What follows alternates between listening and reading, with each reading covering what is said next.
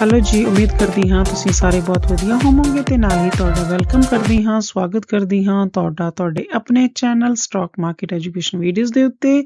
ਤੇ ਅੱਜ ਆਪਾਂ ਗੱਲ ਕਰਦੇ ਹਾਂ ਕੁਝ ਹੋਰ ਸਟਾਕਾਂ ਦੀ, ਜਿਸ ਤਰ੍ਹਾਂ ਕਿ ਪਹਿਲੇ ਆਪਾਂ ਪਿਛਲੇ ਵੀਡੀਓ ਦੇ ਵਿੱਚ ਗੱਲ ਕੀਤੀ ਸੀ 7 ਸਟਾਕਸ ਜੋ ਮੇਜਰ ਸਟਾਕਸ ਹਨ ਆਪਣੇ US ਮਾਰਕੀਟ ਦੇ, ਉਹਨਾਂ ਦੀ ਪਰਫਾਰਮੈਂਸ ਕਿਸ ਤਰੀਕੇ ਦੀ ਰਹੀ ਸੀ 2023 ਦੇ ਵਿੱਚ ਤੇ ਉਹਨਾਂ ਨੇ ਕੀ ਕੁਝ ਕਰਨਾ ਹੈ ਅੱਗੇ 2024 ਦੇ ਵਿੱਚ।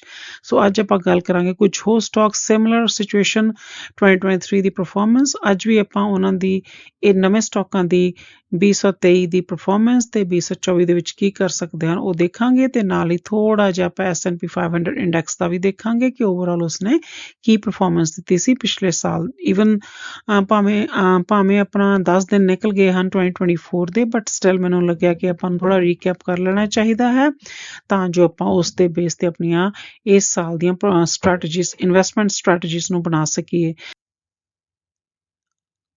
ਅੱਜ ਆਪਾਂ ਦੇਖਾਂਗੇ Intel, AMD, Qualcomm, ON, Arm, Coin, Hood and PayPal. So ਇਹਨਾਂ ਨੂੰ ਆਪਾਂ ਇੱਕ ਇੱਕ ਕਰਕੇ ਇਹਨਾਂ ਦੇ ਚਾਰਟ ਨੂੰ ਮੈਂ ਰਿਕਾਰਡ ਕੀਤਾ ਹੈ ਪਿਛਲੇ ਜੋ ਸਾਲ ਦੀ ਜੋ ਪਰਫਾਰਮੈਂਸ ਸੀ ਉਹ ਚਾਰਟ ਦੇ ਉੱਤੇ ਹੀ ਮੈਂ ਤੁਹਾਨੂੰ ਸਿਰਫ ਪ੍ਰਾਈਸ ਮੂਵਮੈਂਟ ਹੀ ਦਿਖਾਵਾਂਗੀ ਤੇ ਥੋੜੀ ਬਹੁਤ ਕੁਛ ਐਕਸਟਰਾ ਇਨਫੋਰਮੇਸ਼ਨ ਅਗਰ ਹੋਈ ਤਾਂ ਨਾਲ ਉਹ ਐਡ ਕਰਦੀ ਜਾਵਾਂਗੀ। ਸੋ ਆਪਾਂ ਦੇਖਦੇ ਹਾਂ ਅੱਗੇ ਇਹਦੇ ਵਿੱਚ ਹੋਰ ਕੀ ਕੁਛ ਹੈ। ਸੋ ਸਭ ਤੋਂ ਪਹਿਲੇ ਆਪਾਂ ਗੱਲ ਕਰਦੇ ਹਾਂ S&P 500 ਦੀ। ਪਿਛਲੇ ਸਾਲ ਜਦੋਂ ਇਸਨੇ ਸ਼ੁਰੂ ਕੀਤਾ ਸੀ ਇਹ ਸੀਗਾ ਆਪਣਾ 3892.09 ਦੇ ਉੱਤੇ। ਸੋ ਇੱਥੋਂ ਇਹਦੀ ਸਟਾਰਟਿੰਗ ਹੋਈ ਸੀ ਜਨਵਰੀ ਦੇ ਵਿੱਚ ਲਾਸਟ ਈਅਰ। ਉਸ ਤੋਂ ਬਾਅਦ ਇਸਨੇ ਮੂਵ ਕਰਨਾ ਸ਼ੁਰੂ ਕੀਤਾ। ਪਹਿਲੇ ਹਫਤੇ, ਪਹਿਲੇ 10-15 ਦਿਨ ਇਹ ਥੋੜਾ ਅਪ ਗਿਆ ਸੀ ਤੇ ਫਿਰ ਉਸ ਤੋਂ ਬਾਅਦ ਡਿਕਲਾਈਨ ਆਇਆ ਇਹਦਾ ਤੇ ਦੈਨ ਫਿਰ ਇਸਨੇ ਮੂਵ ਕਰਨਾ ਸ਼ੁਰੂ ਕੀਤਾ ਅਪਵਰਡਸ, ਜਿਹਦੇ ਵਿੱਚ ਇਹ ਤੁਸੀਂ ਦੇਖੋਗੇ ਫੈਬਰੂਰੀ ਦੇ ਵਿੱਚ 1 ਮਹੀਨੇ ਬਾਅਦ ਇਹ 4179 ਦੇ ਉੱਤੇ ਸੀਗਾ, ਜਿਹੜਾ ਕਿ ਅਗਰ ਸਟਾਰਟਿੰਗ ਦੇਖੀ ਜਾਏ ਸੀਗਾ 3800 ਦੇ ਉੱਤੇ ਤੇ ਉਸ ਤੋਂ ਬਾਅਦ 1 ਮਹੀਨੇ 'ਚ ਕਿੱਥੇ ਸੀ ਇਹ 41।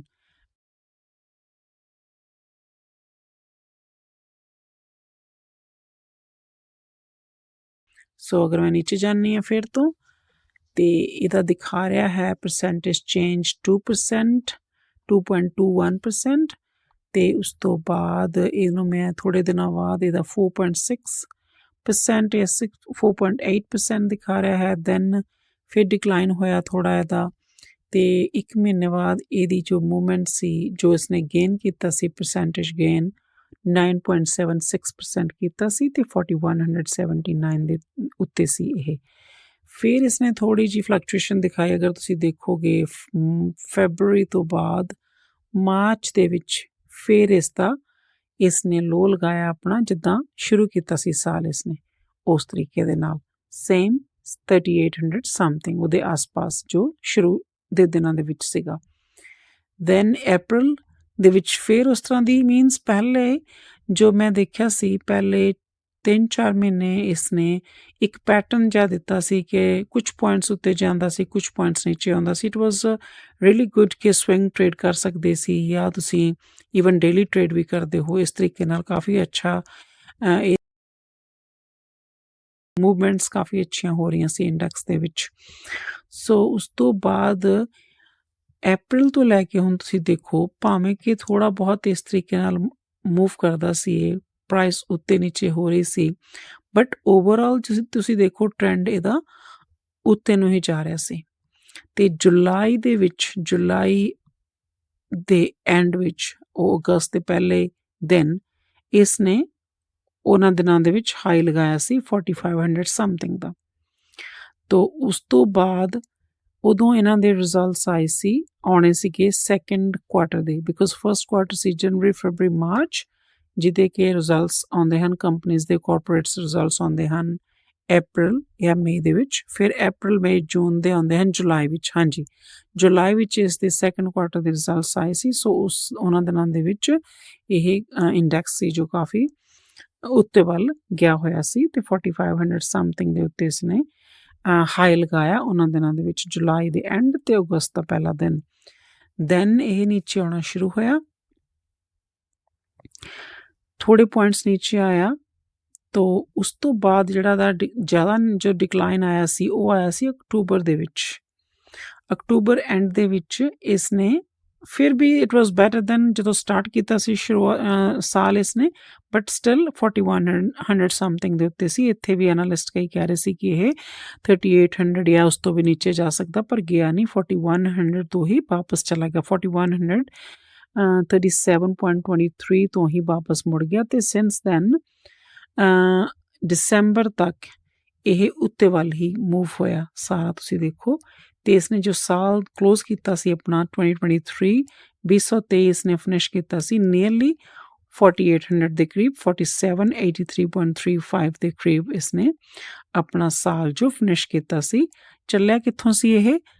3800 ਤੋਂ, 3800 ਸਮਥਿੰਗ ਤੋਂ ਚੱਲਿਆ ਸੀ ਤੇ ਸਾਲ ਦੇ ਐਂਡ ਤੱਕ ਇਹ 4781 ਦੇ ਉੱਤੇ ਟ੍ਰੇਡ ਕਰ ਰਿਹਾ ਸੀ। ਸੋ ਤੁਸੀਂ ਦੇਖ ਸਕਦੇ ਹੋ ਇਸ ਦੇ ਵਿੱਚ ਓਵਰਆਲ ਜੋ ਵਾਧਾ ਹੋਇਆ ਸੀ ਉਹ 24% ਇਸਨੇ ਗੇਨ ਕੀਤਾ ਸੀ ਇੱਕ ਸਾਲ ਦੇ ਵਿੱਚ, ਜਿਹੜਾ ਕਿ ਬੜਾ ਹੀ ਅੱਛਾ ਗੇਨ ਸੀ ਆਪਣੇ ਪਿਛਲੇ ਸਾਲ ਦੇ ਵਾਸਤੇ। ਆਫਟਰ ਜਿਹੜਾ ਕਿੰਨਾ 2020 2021 2022 ਦੇ ਵਿੱਚ ਜਿਸ ਤਰੀਕੇ ਦਾ ਮਾਹੌਲ ਚੱਲ ਰਿਹਾ ਸੀ, ਉਹਨਾਂ ਸਾਰੇ ਮੈਕਰੋ ਐਨਵਾਇਰਨਮੈਂਟ ਨੂੰ ਮੱਦੇਨਜ਼ਰ ਰੱਖਦੇ ਹੋਏ, ਧਿਆਨ 'ਚ ਰੱਖਦੇ ਹੋਏ ਤੇ ਇਸਨੇ ਅੱਛੀ ਰਿਕਵਰੀ ਆਪਣੀ ਦਿਖਾਈ ਲਾਸਟ ਈਅਰ। ਸੋ ਹੁਣ ਆਪਾਂ ਦੇਖਦੇ ਹਾਂ ਕਿ ਇਸ ਸਾਲ ਇਹਨੇ ਦਿਨ ਕਿਵੇਂ ਸ਼ੁਰੂ ਕੀ ਆਪਣੇ ਕਿਸ ਤਰੀਕੇ ਨਾਲ ਸਾਲ ਸ਼ੁਰੂ ਕੀਤਾ, ਕਿਉਂਕਿ ਅੱਜ 10 ਜਨਵਰੀ ਹੈ, ਹਾਲੇ 10 ਦਿਨ ਹੀ ਹੋਏ ਹਨ। ਇਹਦੇ ਵਿੱਚ ਹਾਲੇ ਦੂਸਰਾ ਹਫਤਾ ਇਹਦੀ ਟ੍ਰੇਡਿੰਗ ਦਾ ਚੱਲ ਰਿਹਾ ਹੈ। ਸੋ ਆਪਾਂ ਦੇਖਦੇ ਹਾਂ ਕਿ ਇਸਨੇ ਪਿਛਲੇ 5-7 ਦਿਨਾਂ ਦੇ ਵਿੱਚ ਤਾਂ ਗੇਨ ਕੀਤਾ ਹੈ, ਦਿਖਾ ਸਕਦੇ ਹਨ। ਤੇ 1 ਮਹੀਨੇ ਦਾ ਅਗਰ ਮੈਂ ਦੇਖਾਂ, ਅਗਰ ਮੈਂ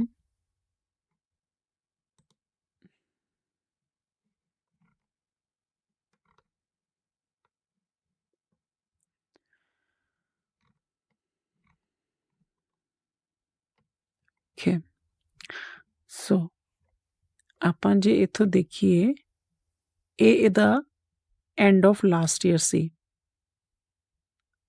ਉਸ ਤੋਂ ਬਾਅਦ ਇਸਨੇ ਡਿਕਲਾਈਨ ਕੀਤਾ ਤਕਰੀਬਨ, ਅਗਰ ਆਪਾਂ ਦੇਖੀਏ 1 ਜਨਵਰੀ ਤੱਕ ਜਾਂ ਉਸ ਦੇ ਆਸ-ਪਾਸ।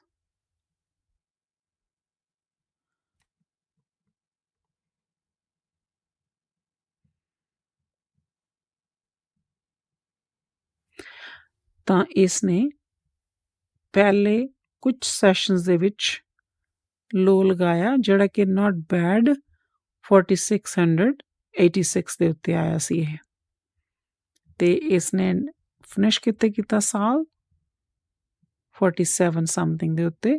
ਤੇ ਉਸ ਤੋਂ ਬਾਅਦ ਫਲਕਚੁਏਸ਼ਨ ਥੋੜੀ ਜ਼ਿਆਦਾ ਹੋਈ, ਦੇਖੋ ਇਵੇਂ ਆਇਆ, ਫਿਰ ਉੱਤੇ ਗਿਆ, ਫਿਰ ਨੀਚੇ ਪ੍ਰਾਈਸ, ਫਿਰ ਉੱਤੇ।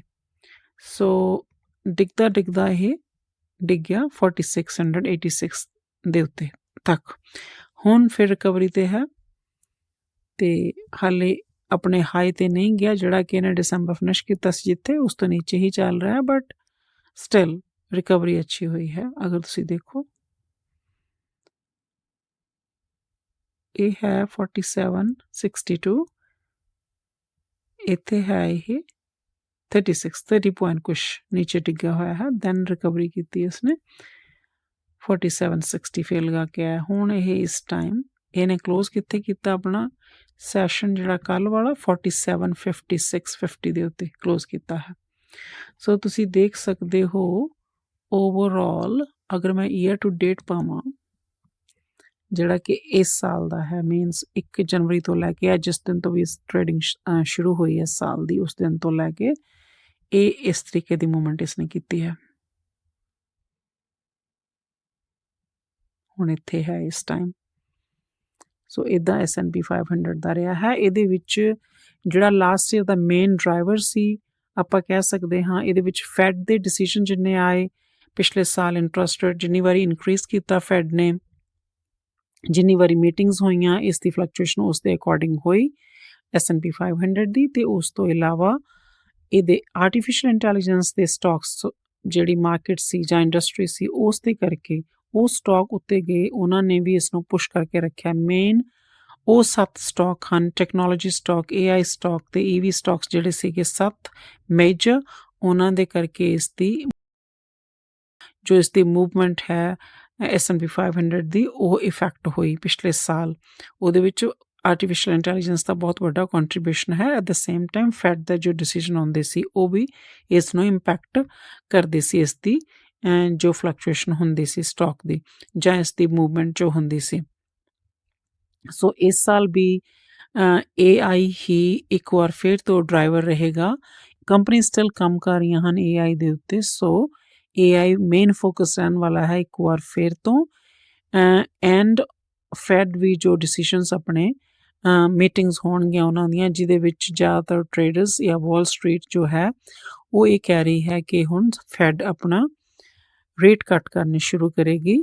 ਬਟ ਫੈਡ ਵੱਲੋਂ ਇੰਡੀਕੇਸ਼ਨਸ ਇਹ ਆ ਰਹੇ ਹਨ ਕਿ ਸ਼ੋਰ ਨਹੀਂ ਹੈ ਅਸੀਂ ਕਦੋਂ ਕਰਾਂਗੇ, ਬਟ ਮੋਸਟਲੀ ਟ੍ਰੇਡਰਸ ਨੂੰ ਲੱਗਦਾ ਹੈ ਕਿ ਮਾਰਚ ਦੇ ਵਿੱਚ ਪਹਿਲਾ ਕੱਟ ਆ ਸਕਦਾ ਹੈ ਤੇ ਕੁਝ ਐਨਾਲਿਸਟ ਕਹਿੰਦੇ ਹਨ ਕਿ ਸ਼ਾਇਦ ਮਈ ਦੇ ਵਿੱਚ ਪਹਿਲਾ ਕੱਟ ਆਏ। ਸੋ ਵਟ ਐਵਰ ਇਜ਼ ਦਾ ਕੇਸ, ਕੱਟ ਤੇ ਆਉਣਾ ਹੀ ਹੈ, ਭਾਵੇਂ 3 ਆਉਣ ਭਾਵੇਂ 6 ਆਉਣ ਜਾਂ ਫਿਰ ਭਾਵੇਂ ਮਾਰਚ ਵਿੱਚ ਸ਼ੁਰੂ ਹੋਣ ਭਾਵੇਂ ਮਈ ਦੇ ਵਿੱਚ, ਉਸਨੇ ਪੋਜ਼ੀਟਿਵ ਇੰਪੈਕਟ ਪਾਉਣਾ ਹੈ। ਬਿਕੋਜ਼ ਜਦੋਂ ਇੰਟਰਸਟ ਰੇਟ ਘਟਦੇ ਹਨ ਤਾਂ ਟੈਕਨੋਲੋਜੀ ਕੰਪਨੀਜ਼ ਨੂੰ ਫਾਇਦਾ ਹੁੰਦਾ ਹੈ, ਉਹਨਾਂ ਦੇ ਲਈ ਡੈਟ ਹੈ ਜੋ ਈਜ਼ੀਲੀ ਜਾਂ ਚੀਪ ਰੇਟ ਤੇ ਅਵੇਲੇਬਲ ਹੁੰਦਾ ਹੈ, ਬਿਕੋਜ਼ ਉਹ ਜ਼ਿਆਦਾਤਰ ਡੈਟ ਯੂਜ਼ ਕਰਦੀਆਂ ਹਨ ਜਾਂ ਇਸ ਤਰ੍ਹਾਂ ਦੀ ਉਹਨਾਂ ਦੀ ਕੈਪੀਟਲ ਹੁੰਦੀ ਹੈ। ਸੋ ਇੱਕ ਵਾਰ ਫਿਰ ਤੋਂ ਆਪਾਂ ਕਹਿ ਸਕਦੇ ਹਾਂ ਆਰਟੀਫਿਸ਼ੀਅਲ ਇੰਟੈਲੀਜੈਂਸ, ਫੈਡ ਦੇ ਡਿਸੀਜਨ ਤੇ ਹੋਰ ਵੀ ਕੁਝ ਚੀਜ਼ਾਂ, ਜਿਸ ਤਰ੍ਹਾਂ ਲਾਸਟ ਈਅਰ ਯੂਕਰੇਨ ਰਸ਼ੀਆ ਦੀ ਵਾਰ ਨੇ ਇੰਪੈਕਟ ਕੀਤਾ ਸੀ ਤੇ ਉਸ ਤੋਂ ਬਾਅਦ ਹੁਣ ਐਂਡ ਦੇ ਵਿੱਚ ਇਜ਼ਰਾਈਲ ਤੇ ਹਮਾਸ ਦੇ ਜੋ ਵਾਰ ਚੱਲ ਰਹੀ ਹੈ ਉਸਨੇ ਵੀ ਇੰਪੈਕਟ ਕੀਤਾ ਸੀ। ਤੇ ਹੁਣ ਹੋ ਸਕਦਾ ਹੈ 2-3 ਦਿਨਾਂ 'ਚ ਪਤਾ ਚੱਲ ਜਾਏਗਾ ਕਿ ਤਾਇਵਾਨ ਤੇ ਚਾਈਨਾ ਦਾ ਕੀ ਹੁੰਦਾ ਹੈ, ਬਿਕੋਜ਼ ਤਾਇਵਾਨ ਦੇ ਵਿੱਚ ਇਲੈਕਸ਼ਨਸ ਹਨ ਤੇ ਉੱਥੇ ਵੀ ਸਿਚੁਏਸ਼ਨ ਕੋਈ ਬਹੁਤ ਜ਼ਿਆਦਾ ਵਧੀਆ ਨਹੀਂ ਹੈ, ਉਹ ਵੀ ਇੰਪੈਕਟ ਕਰ ਸਕਦੀ ਹੈ ਓਵਰਆਲ ਮਾਰਕੀਟ ਨੂੰ। ਤੇ ਇਹ ਬੋਲਿਆ ਜਾ ਰਿਹਾ ਕਿ ਉਹ ਜ਼ਿਆਦਾ ਇੰਪੈਕਟ ਕਰੇਗੀ ਐਜ਼ ਕੰਪੇਅਰ ਟੂ 2 ਅਦਰ ਵਾਰਸ ਜਿਹੜੀਆਂ ਕਿ ਲਾਸਟ ਈਅਰ ਹੈਪਨ ਹੋਈਆਂ ਸੀ। ਸੋ ਇਹ ਸਾਰੀਆਂ ਚੀਜ਼ਾਂ ਆਪਾਂ ਨੂੰ ਧਿਆਨ 'ਚ ਰੱਖਣਾ, ਨਿਊਜ਼ ਦੇ ਵਿੱਚ ਕੀ ਹੋ ਰਿਹਾ ਹੈ ਆਸ-ਪਾਸ, ਪੋਲੀਟੀਕਲੀ ਇੰਟਰਨੈਸ਼ਨਲ ਲੈਵਲ 'ਤੇ ਕੀ ਹੋ ਰਿਹਾ, ਲੋਕਲ ਲੈਵਲ 'ਤੇ ਕੀ ਹੋ ਰਿਹਾ ਹੈ ਜਾਂ ਕੰਪਨੀਜ਼ ਦੇ ਵਿੱਚ ਕੀ ਹੋ ਰਿਹਾ ਹੈ। ਹੁਣ ਨਾਲੇ ਜਿਹੜਾ ਇਹ ਮਹੀਨਾ ਹੈ ਜਨਵਰੀ ਦਾ ਤੇ ਫਰਵਰੀ ਦਾ, ਇਹਦੇ ਵਿੱਚ ਕੰਪਨੀਜ਼ ਦੇ ਲਾਸਟ ਕੁਆਰਟਰ ਦੇ ਜੋ ਰਿਜ਼ਲਟਸ ਵੀ ਆਉਣੇ ਹੁੰਦੇ ਹਨ। ਸੋ ਰਿਜ਼ਲਟਸ ਆਲਰੇਡੀ ਸ਼ੁਰੂ ਹੋ ਚੁੱਕੇ ਹਨ ਆਉਣੇ। ਜਿਸ ਤਰੀਕੇ ਨਾਲ ਰਿਜ਼ਲਟਸ ਆਉਣਗੇ ਉਸ ਤਰੀਕੇ ਨਾਲ ਹਰ ਕੰਪਨੀ ਦੇ ਸਟਾਕ ਦੇ ਉੱਤੇ ਇਫੈਕਟ ਪਏਗਾ। ਗੁੱਡ ਹਨ, ਬੈਡ ਹਨ, ਇਟ ਡਿਪੈਂਡਸ। ਧਿਆਨ 'ਚ ਰੱਖਣਾ ਪਏਗਾ ਆਪਾਂ ਨੂੰ ਆਪਣੀ ਟ੍ਰੇਡਿੰਗ ਦੀ ਸਟ੍ਰੈਟਜੀਜ਼ ਦੇ ਲਈ, ਇਨਵੈਸਟਮੈਂਟ ਦੀ ਸਟ੍ਰੈਟਜੀਜ਼ ਦੇ ਲਈ ਦੇਖਣਾ ਪੈਂਦਾ ਹੈ ਕਿ ਕੰਪਨੀਜ਼ ਨੇ ਅਕਤੂਬਰ, ਨਵੰਬਰ, ਦਸੰਬਰ ਉਹ ਵਾਲਾ ਜੋ ਉਹਨਾਂ 3 ਮੰਥਸ ਦੇ ਵਿੱਚ ਉਹਨਾਂ ਨੇ ਕੰਪਨੀਜ਼ ਦੇ ਕਿਸ ਤਰੀਕੇ ਦੀ ਪਰਫਾਰਮੈਂਸ ਕੀਤੀ ਹੋਈ, ਕਿੰਨੀ ਰੈਵਨਿਊ ਜਨਰੇਟ ਕੀਤੀ ਹੋਏਗੀ, ਕਿੰਨੇ ਹੋਰ ਚੀਜ਼ਾਂ ਹੋਈਆਂ ਹੋਣਗੀਆਂ। ਸੋ ਉਹ ਸਾਰੀਆਂ ਚੀਜ਼ਾਂ ਨੂੰ ਆਪਾਂ ਦੇਖਣਾ ਹੈ ਰਿਜ਼ਲਟਸ ਦੇ ਥਰੂ, ਜਿਹੜੇ ਉਹਨਾਂ ਦੇ ਕਾਰਪੋਰੇਟ ਦੇ ਰਿਜ਼ਲਟਸ ਹੁਣ ਆਉਣਗੇ। ਸੋ ਉਧਰ ਵੀ ਧਿਆਨ ਰਹੇਗਾ ਰਿਜ਼ਲਟਸ ਵੱਲ ਕਿ ਕਿਵੇਂ ਦੀ ਪਰਫਾਰਮੈਂਸ ਦੇ ਰਹੀਆਂ ਹਨ ਕੰਪਨੀਜ਼। ਉਹਨਾਂ ਦੇ ਬੇਸ 'ਤੇ ਇਹਨਾਂ ਦਾ ਸਾਰਾ ਸਾਲ ਹੈ ਜੋ ਉਸ ਤੋਂ ਉਹਨਾਂ ਦਾ ਸਾਲ ਦਾ ਆਊਟਲੁੱਕ ਪਤਾ ਚੱਲੇਗਾ। ਸੋ ਹੁਣ ਆਪਾਂ ਗੱਲ ਕਰਦੇ ਹਾਂ ਇੰਟਲ ਕਾਰਪੋਰੇਸ਼ਨ ਤੇ ਜਿਹੜਾ ਕਿ ਆਪਣੇ ਆਪ ਦੇ ਵਿੱਚ ਇੱਕ ਲੀਡਰ ਰਿਹਾ ਹੈ ਤੇ ਹੁਣ ਵੀ ਆਪਣੇ ਪੋਜੀਸ਼ਨ ਨੂੰ ਰੀਗੇਨ ਕਰਨ ਦੇ ਲਈ ਉਹ ਆਪਣੀ ਜ਼ੋਰ ਸ਼ੋਰ ਦੇ ਨਾਲ ਕੰਮ ਕਰ ਰਿਹਾ ਹੈ ਤੇ ਇਹ ਰਿਕਵਰੀ ਦੇ ਰਾਹ 'ਤੇ ਤੁਰਿਆ ਹੋਇਆ ਹੈ। ਪਿਛਲੇ ਸਾਲ ਇਸਨੇ ਅੱਛੀ ਰਿਕਵਰੀ ਕੀਤੀ ਸੀ। ਸੋ ਅਗਰ ਮੈਂ ਦੇਖਾਂ ਹੁਣ ਇਹਦਾ ਪਿਛਲੇ ਸਾਲ ਦਾ ਸ਼ੁਰੂਆਤੀ ਦਿਨਾਂ ਦੇ ਵਿੱਚ ਇਹਦੀ ਪ੍ਰਾਈਸ ਦੇਖੋ, ਅਗਰ ਇਸਨੇ ਸਾਲ ਸ਼ੁਰੂ ਕੀਤਾ ਸੀ 25 ਜਾਂ 26 ਡਾਲਰ ਤੋਂ, ਇੱਥੇ ਇਹਦੀ ਓਪਨਿੰਗ ਹੋਈ ਸੀ ਪਿਛਲੇ ਸਾਲ ਦੇ ਸ਼ੁਰੂ ਦੇ ਵਿੱਚ। ਸਿੰਸ ਦੈਨ ਅਗਰ ਮੈਂ ਹੁਣ ਦੇਖਾਂ ਜਾ ਕੇ, ਭਾਵੇਂ ਵਿੱਚ ਫਲਕਚੁਏਸ਼ਨਸ ਹੁੰਦੀਆਂ ਰਹੀਆਂ ਤੇ ਇਹਦਾ ਸਾਲ ਜੋ ਫਿਨਿਸ਼ ਹੋਇਆ ਉਹ ਹੋਇਆ 50 ਡਾਲਰਸ ਦੇ ਉੱਤੇ, ਆਲਮੋਸਟ ਡਬਲ ਸਾਲ ਦੇ ਵਿੱਚ। ਇਹ ਇੱਕ ਸਾਲ ਦੇ ਵਿੱਚ ਡਬਲ ਕੀਤਾ। ਉਸ ਤੋਂ ਬਾਅਦ ਹੁਣ ਫਿਰ ਇਹ ਜਿਸ ਤਰ੍ਹਾਂ ਓਵਰਆਲ ਮਾਰਕੀਟ ਨੀਚੇ ਡਿੱਗੀ ਤਾਂ ਇਹ ਵੀ ਡਿੱਗਿਆ ਉਹਦੇ ਨਾਲ, ਬਟ ਨਾਲ ਇੰਨਾ ਬੈਡ ਨਹੀਂ ਕਿ ਵੀ ਇਹ 24-25 ਡਾਲਰ 'ਤੇ ਆ ਜਾਏ। ਇਸ ਤੋਂ ਪਤਾ ਚੱਲਦਾ ਹੈ ਕਿ ਇਸਨੇ ਜੋ ਕਮਿਟਮੈਂਟ ਕੀਤੀ ਸੀ, ਜੋ ਇਸਦੇ CEO ਨੇ ਬੋਲਿਆ ਸੀ ਕਿ ਸਾਨੂੰ ਕੁਛ ਟਾਈਮ ਲੱਗੇਗਾ ਰਿਕਵਰੀ ਦੇ ਲਈ, ਪਰ ਉਸ ਤੋਂ ਬਾਅਦ ਅਸੀਂ ਆਪਣੇ ਪ੍ਰੋਡਕਟਸ ਨਵੇਂ ਲਾਂਚ ਕਰਾਂਗੇ, ਨਵੀਆਂ ਚਿਪ ਲਾਂਚ ਕਰਾਂਗੇ ਜਾਂ ਅਸੀਂ ਆਪਣਾ ਪੋਜੀਸ਼ਨ ਨੂੰ ਰੀਗੇਨ ਕਰਾਂਗੇ, ਉਹਦੇ ਵੱਲ ਚੱਲ ਪਿਆ ਹੋਇਆ ਹੈ। ਹੋ ਸਕਦਾ ਉਨੀ ਤੇਜ਼ੀ ਨਾਲ ਨਾ ਜਾ ਪਾਏ ਜਿਸ ਤਰੀਕੇ ਨਾਲ ਨਵੀਡਾ ਗਿਆ। ਨਵੀਡਾ ਨੇ ਇਸਦੀ ਪੋਜੀਸ਼ਨ ਨੂੰ ਟੇਕ ਓਵਰ ਕੀਤਾ ਹੈ। ਸੋ ਨਵੀਡਾ ਨੇ ਤੇ ਬਲਾਸਟ ਹੀ ਕੀਤਾ ਹੈ ਇਹਦੀ ਐਬਸੈਂਸ ਦੇ ਵਿੱਚ, ਆਰਟੀਫਿਸ਼ੀਅਲ ਇੰਟੈਲੀਜੈਂਸ ਨੂੰ ਕੈਸ਼ ਕੀਤਾ ਹੈ। ਸੋ ਇਹਨਾਂ ਨੂੰ ਵੀ ਲੱਗਦਾ ਹੈ, CEO ਨੂੰ ਲੱਗਦਾ ਹੈ ਕਿ ਅਸੀਂ ਪਿੱਛੇ ਰਹਿ ਗਏ ਹਾਂ, ਬਟ ਇਹਦੇ ਆਪਣੇ ਪਲਾਨਸ ਹਨ, ਇਹ ਆਪਣੇ ਤਰੀਕੇ ਨਾਲ ਕੰਮ ਕਰ ਰਿਹਾ ਹੈ। ਸੋ ਇਸ ਨੇ ਵੀ ਰਿਕਵਰੀ ਅੱਛੀ ਕੀਤੀ ਹੈ, ਭਾਵੇਂ ਕਿ ਕਾਫੀ ਫਲਕਚੁਏਸ਼ਨ ਰਹੀ ਹੈ। ਅਗਰ ਤੁਸੀਂ ਦੇਖੋ ਪਹਿਲੇ 2 ਮਹੀਨਿਆਂ ਦੇ ਵਿੱਚ ਅਗਰ ਮੈਂ ਦੇਖਾਂ ਤਾਂ ਫਲਕਚੁਏਟ ਕੀਤਾ ਸੀ ਇਹਨੇ $5 ਦੇ ਕਰੀਬਨ, ਬਟ ਉਸ ਤੋਂ ਬਾਅਦ ਇਹ ਆਪਣੇ ਅਪਵਰਡ ਟ੍ਰੈਂਡ ਦੇ ਵਿੱਚ ਹੈ। ਓਵਰਆਲ ਥੋੜ੍ਹੇ ਬਹੁਤ ਪੁੱਲ ਬੈਕ ਤੇ ਆਉਂਦੇ ਹੀ ਹਨ ਮਾਰਕੀਟ ਦੇ ਹਿਸਾਬ ਦੇ ਨਾਲ, ਬਟ ਓਵਰਆਲ ਇਹ ਰਿਕਵਰੀ ਵੱਲ ਹੀ ਸੀ। ਇਸ ਦਾ ਮੇਨ ਸੀ ਕਿ ਇਸਨੇ, ਅਗਰ ਮੈਂ ਦੇਖਾਂ ਕਿ ਇਹਦਾ ਜਿਹੜਾ 1 ਸਾਲ ਪਹਿਲੇ ਦੇ ਅਗਰ ਮੈਂ ਕੰਪੈਰੀਜ਼ਨ ਕਰਦੀ ਹਾਂ, ਪੂਰੇ ਸਾਲ ਦਾ 63% ਦੇ ਕਰੀਬ ਬਣਦੀ ਹੈ ਇਸਦੀ ਜੋ ਰਿਕਵਰੀ। ਸੋ ਓਵਰਆਲ ਰਿਟਰਨ ਜਿਹੜੀ ਕਿ ਕਹੀ ਜਾਂਦੀ ਹੈ ਕਿ 67% ਦੇ ਕਰੀਬ ਬਣਦੀ ਹੈ ਪਿਛਲੇ ਸਾਲ, ਬਿਕੋਜ਼ ਇਹਦੇ ਵਿੱਚ ਡਿਵੀਡੈਂਡਸ ਵੀ ਦਿੰਦੀ ਹੈ ਕੰਪਨੀ। ਇਹ ਡਿਵੀਡੈਂਡਸ ਨੂੰ ਨਾਲ ਮਿਲਾ ਕੇ ਓਵਰਆਲ ਰਿਟਰਨ ਜੋ ਇਨਵੈਸਟਰਸ ਨੂੰ ਰਹੀ ਹੈ 67% ਦੀ ਹੈ, ਜਿਹੜੀ ਕਿ ਐਜ਼ ਕੰਪੇਅਰ ਟੂ ਮਾਰਕੀਟ ਬਹੁਤ ਅੱਛੀ ਹੈ। ਮਾਰਕੀਟ ਦੀ 20% ਦੇ ਕਰੀਬ ਰਹੀ ਹੈ ਓਵਰਆਲ, ਤੇ ਇਸ ਦੀ ਤੁਸੀਂ ਦੇਖ ਸਕਦੇ ਹੋ ਕਿ ਇਟਸ ਰੀਅਲੀ ਗੁੱਡ 67% ਜੋ ਰਿਕਵਰੀ, ਜੋ ਰਿਟਰਨ ਹੈ ਸ਼ੇਅਰ ਹੋਲਡਰਸ ਦੇ ਲਈ। ਸੋ ਇਹਦੇ ਵਿੱਚ ਅਗਰ ਸਿਚੁਏਸ਼ਨ ਨੂੰ ਐਨਾਲਾਈਜ਼ ਕੀਤਾ ਜਾਏ, ਬਹੁਤ ਜ਼ਿਆਦਾ ਡੈਪਥ ਵਿੱਚ ਵੀ ਨਾ ਜਾਇਆ ਜਾਏ, ਤਾਂ ਇਹਦਾ ਜੋ ਇਨਸਾਈਡਰ ਬਾਇੰਗ ਚੱਲ ਰਹੀ ਹੈ ਉਹ ਇੱਕ ਇੰਡੀਕੇਸ਼ਨ ਲਿਆ ਜਾਂਦਾ ਹੈ ਕਿ ਅਗਰ ਕੰਪਨੀ ਦੇ ਬੰਦੇ ਕੰਪਨੀ ਦੇ ਜੋ ਵਿੱਚ ਮੈਨੇਜਮੈਂਟ ਹੈ ਜਾਂ ਹੋਰ ਵੀ ਪੋਜੀਸ਼ਨਸ ਦੇ ਲੋਕ ਹਨ, ਉਹ ਅਗਰ ਬਾਏ ਕਰ ਰਹੇ ਹਨ ਸਟਾਕਸ ਨੂੰ, ਕੰਪਨੀ ਦੇ ਸਟਾਕ ਨੂੰ, ਉਹਨੂੰ ਇਨਸਾਈਡਰ ਬਾਇੰਗ ਆਪਾਂ ਕਹਿੰਦੇ ਹਾਂ। ਕਿਸ ਦਿਨ ਆਪਾਂ ਉਸਦੇ ਉੱਤੇ ਡਿਟੇਲ ਨਾਲ ਗੱਲ ਕਰਾਂਗੇ, ਤਾਂ ਉਹਨੂੰ ਕਈ ਵਾਰੀ ਗੁੱਡ ਇੰਡੀਕੇਸ਼ਨ ਮੰਨਿਆ ਜਾਂਦਾ ਹੈ ਕਿ ਉਹ ਇਨਸਾਈਡਰਸ ਜੋ ਕੰਪਨੀ ਦੇ ਹੀ ਲੋਕ ਹਨ ਉਹ ਕਿਉਂ ਬਾਏ ਕਰ ਰਹੇ ਹਨ। ਕੰਪਨੀ ਦੇ ਉਹਨਾਂ ਨੂੰ ਕਿਉਂਕਿ ਲੱਗਦਾ ਹੁੰਦਾ ਹੈ ਕਿ ਪ੍ਰਾਈਸ ਵਧਣ ਵਾਲੀ ਹੈ ਸਟਾਕ ਦੀ, ਆ ਕੰਪਨੀ ਕੁਝ ਅੱਛਾ ਕਰਨ ਵਾਲੀ ਹੈ। ਸੋ ਉਸ ਤੋਂ ਇੱਕ ਇੰਡੀਕੇਸ਼ਨ ਕਈ ਐਨਾਲਿਸਟ ਲਗਾਉਂਦੇ ਹਨ ਕਿ ਅਗਰ ਅੰਦਰ ਬਾਇੰਗ ਚੱਲ ਰਹੀ ਹੈ ਕੰਪਨੀ ਦੇ, ਦੈਟ ਮੀਨਸ ਇਹ ਸਟਾਕ ਅੱਛਾ ਕਰਨ ਜਾ ਰਿਹਾ ਹੈ ਜਾਂ ਅੱਛਾ ਕਰ ਰਿਹਾ ਹੈ, ਤਾਂ ਕੁਝ ਵੱਡਾ ਆਉਣ ਵਾਲਾ ਹੈ। ਸੋ ਓਵਰਆਲ ਮਾਰਕੀਟ ਨੂੰ ਪੋਜ਼ਿਟਿਵ ਇੰਡੀਕੇਸ਼ਨ ਦਿੰਦਾ ਹੈ। ਪਰ ਕੁਛ ਇਸ ਨੂੰ ਜ਼ਿਆਦਾ ਧਿਆਨ 'ਚ ਨਹੀਂ ਰੱਖਦੇ, ਉਹਨਾਂ ਨੂੰ ਲੱਗਦਾ ਹੈ ਕਿ ਇਨਸਾਈਡਰ ਬਾਇੰਗ ਤੋਂ ਕੁਛ ਜ਼ਿਆਦਾ ਇਫੈਕਟ ਨਹੀਂ ਪੈਂਦਾ ਕੰਪਨੀ ਦੀ ਪਰਫੋਰਮੈਂਸ ਦੇ ਉੱਤੇ। ਸਾਨੂੰ ਸਭ ਤੋਂ ਪਹਿਲੇ ਕੰਪਨੀ ਦੀ ਪਰਫੋਰਮੈਂਸ ਦੇਖਣੀ ਹੈ, ਕੀ ਰੈਵਨਿਊ ਜਨਰੇਟ ਕਰ ਰਹੀ ਹੈ, ਕੀ ਉਹ ਪਿਛਲੇ ਸਾਲਾਂ ਨਾਲੋਂ ਬੈਟਰ ਕਰ ਰਹੀ ਹੈ ਜਾਂ ਕਰੇਗੀ। ਉਹ ਜ਼ਿਆਦਾ ਜ਼ਰੂਰੀ ਹੈ, ਨਾ ਕਿ ਇਨਸਾਈਡਰ ਬਾਇੰਗ। ਹਰ ਇੱਕ ਦਾ ਆਪਣਾ ਆਪਣਾ ਖਿਆਲ ਹੈ ਕਿ ਕਿਸ ਤਰੀਕੇ ਦੇ ਨਾਲ ਉਹ ਮਾਰਕੀਟ ਜਾਂ ਕਿਸੇ ਸਟਾਕ ਨੂੰ ਐਨਾਲਾਈਜ਼ ਕਰਦੇ ਹਨ, ਬਟ ਫਿਲਹਾਲ ਇਨਸਾਈਡਰ ਬਾਇੰਗ ਤੇ ਓਵਰਆਲ ਪਰਫੋਰਮੈਂਸ ਪਿਛਲੇ ਸਾਲ ਦੀ ਦੇਖ ਕੇ ਲੱਗਦਾ ਹੈ ਕਿ ਕੰਪਨੀ ਆਪਣੀ ਰਿਕਵਰੀ ਰੋਡ ਦੇ ਉੱਤੇ ਚੱਲ ਰਹੀ ਹੈ। ਸੋ ਆਉਣ ਵਾਲੇ ਟਾਈਮ ਦੇ ਵਿੱਚ ਵੀ ਇਹ ਅੱਛਾ ਹੀ ਕਰੇਗੀ। ਸੋ ਇਹਦੇ ਵਿੱਚ ਕੁਛ ਐਨਾਲਿਸਟ ਨੇ ਇਸ ਨੂੰ ਬਾਇੰਗ ਦੀ ਰੇਟਿੰਗ ਦਿੱਤੀ ਹੈ ਇਸ ਸਟਾਕ ਨੂੰ, ਬਟ ਅਗੇਨ ਕੋਈ ਵੀ ਸਟਾਕ ਦੇ ਵਿੱਚ ਇਨਵੈਸਟ ਕਰਨ ਤੋਂ ਪਹਿਲੇ ਉਸ ਕੰਪਨੀ ਦੇ ਫੰਡਾਮੈਂਟਲਸ ਨੂੰ ਪੂਰੀ ਤਰ੍ਹਾਂ ਚੈੱਕ ਕਰ ਲਓ, ਅਤੇ ਉਹਦੇ ਵਿੱਚ ਹੋਰ ਕੀ ਕੁਝ ਹੋ ਰਿਹਾ ਹੈ, ਕੋਈ ਨਿਊਜ਼ ਕਿਸ ਤਰੀਕੇ ਦੀ ਆ ਰਹੀ ਹੈ, ਉਸ ਨੂੰ ਵੀ ਐਨਾਲਾਈਜ਼ ਕਰਨਾ ਜ਼ਰੂਰੀ ਹੈ ਬਿਫੋਰ ਆਪਾਂ ਉਹਦੇ ਵਿੱਚ ਇਨਵੈਸਟ ਕਰੀਏ ਕਿਸੇ ਕੰਪਨੀ ਦੇ ਵਿੱਚ। ਬਟ ਦਿਸ ਇਜ਼ ਇੱਕ ਮਾਰਕੀਟ ਤੋਂ ਆਉਂਦਾ ਹੈ ਐਨਾਲਿਸਟ, ਡਿਫਰੈਂਟ ਐਨਾਲਿਸਟ ਦਾ ਆਪਣਾ ਆਪਣਾ ਓਪੀਨੀਅਨ ਹੁੰਦਾ ਹੈ, ਆਪਣਾ ਤਰੀਕਾ ਹੁੰਦਾ ਐਨਾਲਾਈਜ਼ ਕਰਨ ਦਾ, ਅਤੇ ਉਹਨਾਂ ਦੀ ਰਿਕਮੈਂਡੇਸ਼ਨ ਆਪਣਾ ਸਟਰੋਂਗਲੀ ਆਪਾਂ ਉਸਨੂੰ ਅਗਰ ਮੈਂ ਪਰਸਨਲੀ ਦੇਖਾਂ ਤਾਂ ਮੈਂ ਉਹਨਾਂ ਦੇ ਅਕੋਰਡਿੰਗ ਨਹੀਂ ਚੱਲਦੀ। ਮੈਨੂੰ ਆਪਣੇ ਆਪ ਕੰਪਨੀ ਨੂੰ ਪੜ੍ਹ ਕੇ, ਕੰਪਨੀ ਦੇ ਫੰਡਾਮੈਂਟਲਸ ਨੂੰ ਦੇਖ ਕੇ ਅਗਰ ਅੱਛਾ ਲੱਗਦਾ ਹੈ, ਅਗਰ ਮੈਨੂੰ ਲੱਗਦਾ ਹੈ ਕੁਝ ਕਰੇਗੀ, ਤਾਂ ਮੈਂ ਉਸ ਸਟਾਕ ਨੂੰ ਬਾਏ ਕਰਾਂਗੀ। ਜਿਵੇਂ ਕਿ ਮੈਨੂੰ ਪਤਾ ਸੀ ਇੰਟਲ ਦਾ, ਤਾਂ ਇੰਟਲ ਮੇਰੇ ਕੋਲ 24-25 ਦੀ ਬਾਇੰਗ ਦੇ ਉੱਤੇ ਸੀ, ਅਤੇ ਇਸ ਟਾਈਮ ਇਹ 50 ਹਾਈ ਲਗਾ ਕੇ ਆ ਚੁੱਕਿਆ ਹੋਇਆ ਹੈ। ਸੋ ਨਾਟ ਬੈਡ। ਸੋ ਮੇਰੇ ਅਕੋਰਡਿੰਗ ਸਟਾਕ ਅੱਛਾ ਹੈ ਅਗਰ ਪੋਰਟਫੋਲੀਓ ਦੇ ਵਿੱਚ ਆਪਣੇ ਹੋਏ। ਹੁਣ ਆਪਾਂ ਦੇਖਦੇ ਹਾਂ AMD ਐਡਵਾਂਸਡ ਮਾਈਕਰੋ ਡਿਵਾਈਸਿਸ ਜੋ ਸਟਾਕ ਹੈ, ਇਹ ਵੀ ਚਿਪ ਸਟਾਕ ਹੈ। ਇਹ ਵੀ ਨਵੀਡੀਆ ਦੇ ਨਾਲ ਚੱਲਦਾ ਹੈ। ਜਿਸ ਤਰੀਕੇ ਨਾਲ ਨਵੀਡੀਆ ਮੂਵ ਕਰਦਾ ਹੈ ਉਸ ਤਰੀਕੇ ਨਾਲ ਇਹ AMD ਵੀ ਮੂਵ ਕਰਦਾ ਹੈ। ਸੋ ਇਹ ਵੀ ਇੱਕ ਬਹੁਤ ਹੀ ਵਧੀਆ ਚਿਪ ਸਟਾਕ ਹੈ ਜਿਹੜਾ ਕਿ ਬਹੁਤ ਹੀ ਤੇਜ਼ੀ ਨਾਲ ਵੱਧ ਰਿਹਾ ਹੈ। ਸੋ ਅਗਰ ਮੈਂ ਇਸ ਦਾ ਲਾਸਟ ਈਅਰ ਦਾ ਦੇਖਾਂ ਸਟਾਰਟਿੰਗ, ਇਹਦੀ ਸਟਾਰਟਿੰਗ ਹੋਈ ਸੀ ਪਿਛਲੇ ਸਾਲ। ਮੈਂ ਪਿਛਲੇ ਸਾਲ ਦੇ ਸ਼ੁਰੂ ਤੋਂ ਹੀ ਸ਼ੁਰੂ ਕਰਾਂਗੀ।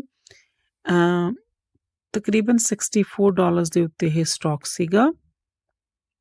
ਇਸਨੇ ਵੀ ਆਪਣੀਆਂ ਕੁਛ ਨਵੀਆਂ ਚਿਪਸ ਸੀਗੀਆਂ ਉਹਨਾਂ ਨੂੰ ਲਾਂਚ ਕੀਤਾ। ਇਸਨੇ ਵੀ AI ਨੂੰ ਕੈਸ਼ ਕੀਤਾ। ਸੋ ਤੁਸੀਂ ਇਸ ਦਾ ਅਸਰ ਦੇਖ ਸਕਦੇ ਹੋ ਸਟਾਕ ਦੇ ਉੱਤੇ। 64 ਦੇ ਕਰੀਬ ਇਸਨੇ ਪਿਛਲਾ ਸਾਲ ਸ਼ੁਰੂ ਕੀਤਾ ਸੀ ਤੇ ਉਸ ਤੋਂ ਬਾਅਦ ਇਹ ਅਪਵਰਡ ਮੂਵਮੈਂਟ ਦੇ ਵਿੱਚ ਥੋੜ੍ਹੇ ਬਹੁਤ ਪੁੱਲ ਬੈਕ ਦੇ ਨਾਲ ਚੱਲ ਰਿਹਾ ਸੀ। ਸੋ ਜੂਨ ਦੇ ਵਿੱਚ ਇਸਨੇ ਲਗਾਇਆ ਸੀ $129.19 ਤੇ ਇਹਦੀ ਤੁਸੀਂ ਦੇਖੋਗੇ ਇਹ ਨਵੀਡੀਆ ਦੇ ਨਾਲ ਚੱਲਦਾ ਹੈ। ਜਿਸ ਤਰੀਕੇ ਨਾਲ ਨਵੀਡੀਆ ਮੂਵ ਕਰਦਾ ਹੈ ਉਸ ਤਰੀਕੇ ਨਾਲ ਇਹ ਵੀ ਮੂਵ ਕਰਦਾ ਹੈ। ਇੱਕ ਤਾਂ ਸੇਮ ਇੰਡਸਟਰੀ ਦੇ ਸਟਾਕ ਹਨ, ਸੇਮ ਸੌਰਟ ਆਫ ਬੀਟਾ ਹੈ, ਦੋਨਾਂ ਦਾ ਫਲਕਚੁਏਸ਼ਨ ਸਿਮਿਲਰ ਰਹਿੰਦੀ ਹੈ। ਇਹਦੀ ਉਹਦੇ ਕੰਪੈਰੀਜ਼ਨ ਦੇ ਵਿੱਚ ਘੱਟ ਗਰੋਥ ਹੋਈ ਹੈ, but still it is really good actually if you see. ਇੱਥੇ ਦੇਖੋ, ਅਗਰ ਮੈਂ ਇੱਥੇ ਕਰਦੀ ਹਾਂ ਪੁਆਇੰਟ $129.19 ਜਿਹੜਾ ਕਿ ਸਾਲ ਦੇ ਸ਼ੁਰੂ ਤੋਂ ਲੈ ਕੇ 6 ਮਹੀਨਿਆਂ ਦੇ ਵਿੱਚ ਇਹਦੇ ਵਿੱਚ ਚੇਂਜ ਆਈ ਸੀ 116% ਦੇ ਕਰੀਬ, 117% ਦੇ ਕਰੀਬ ਚੇਂਜ ਆਈ ਸੀ। ਬਹੁਤ ਹੀ ਵਧੀਆ ਸੀ। ਉਸ ਤੋਂ ਬਾਅਦ ਫਿਰ ਇਹ ਡਿਕਲਾਈਨ ਹੋਇਆ, ਬੀਟਾ ਹਾਈ ਹੈ, ਸੋ ਫਲਕਚੁਏਸ਼ਨ ਜ਼ਿਆਦਾ ਹੁੰਦੀ ਹੈ ਸਟਾਕ ਦੇ ਵਿੱਚ, ਕੋਈ ਗੱਲ ਨਹੀਂ ਹੈ। ਬਟ ਆਪਾਂ ਨੂੰ ਪਤਾ ਫੰਡਾਮੈਂਟਲਸ ਕੰਪਨੀ ਦੇ ਆਪਾਂ ਪਹਿਲੇ ਚੈੱਕ ਕੀਤੇ ਹੋਏ ਹਨ, ਫੰਡਾਮੈਂਟਲਸ ਅੱਛੇ ਹਨ ਤੇ ਹੋਰ ਵੀ ਨਵੇਂ ਅਨਾਉਂਸਮੈਂਟਸ ਇਹ ਕਰ ਰਹੇ ਹਨ ਆਪਣੇ ਸਟਾਕਸ, ਆਪਣੀ ਚਿਪਸ ਨੂੰ ਲੈ ਕੇ, ਆਪਣੀ ਟੈਕਨੋਲੋਜੀ ਨੂੰ ਲੈ ਕੇ।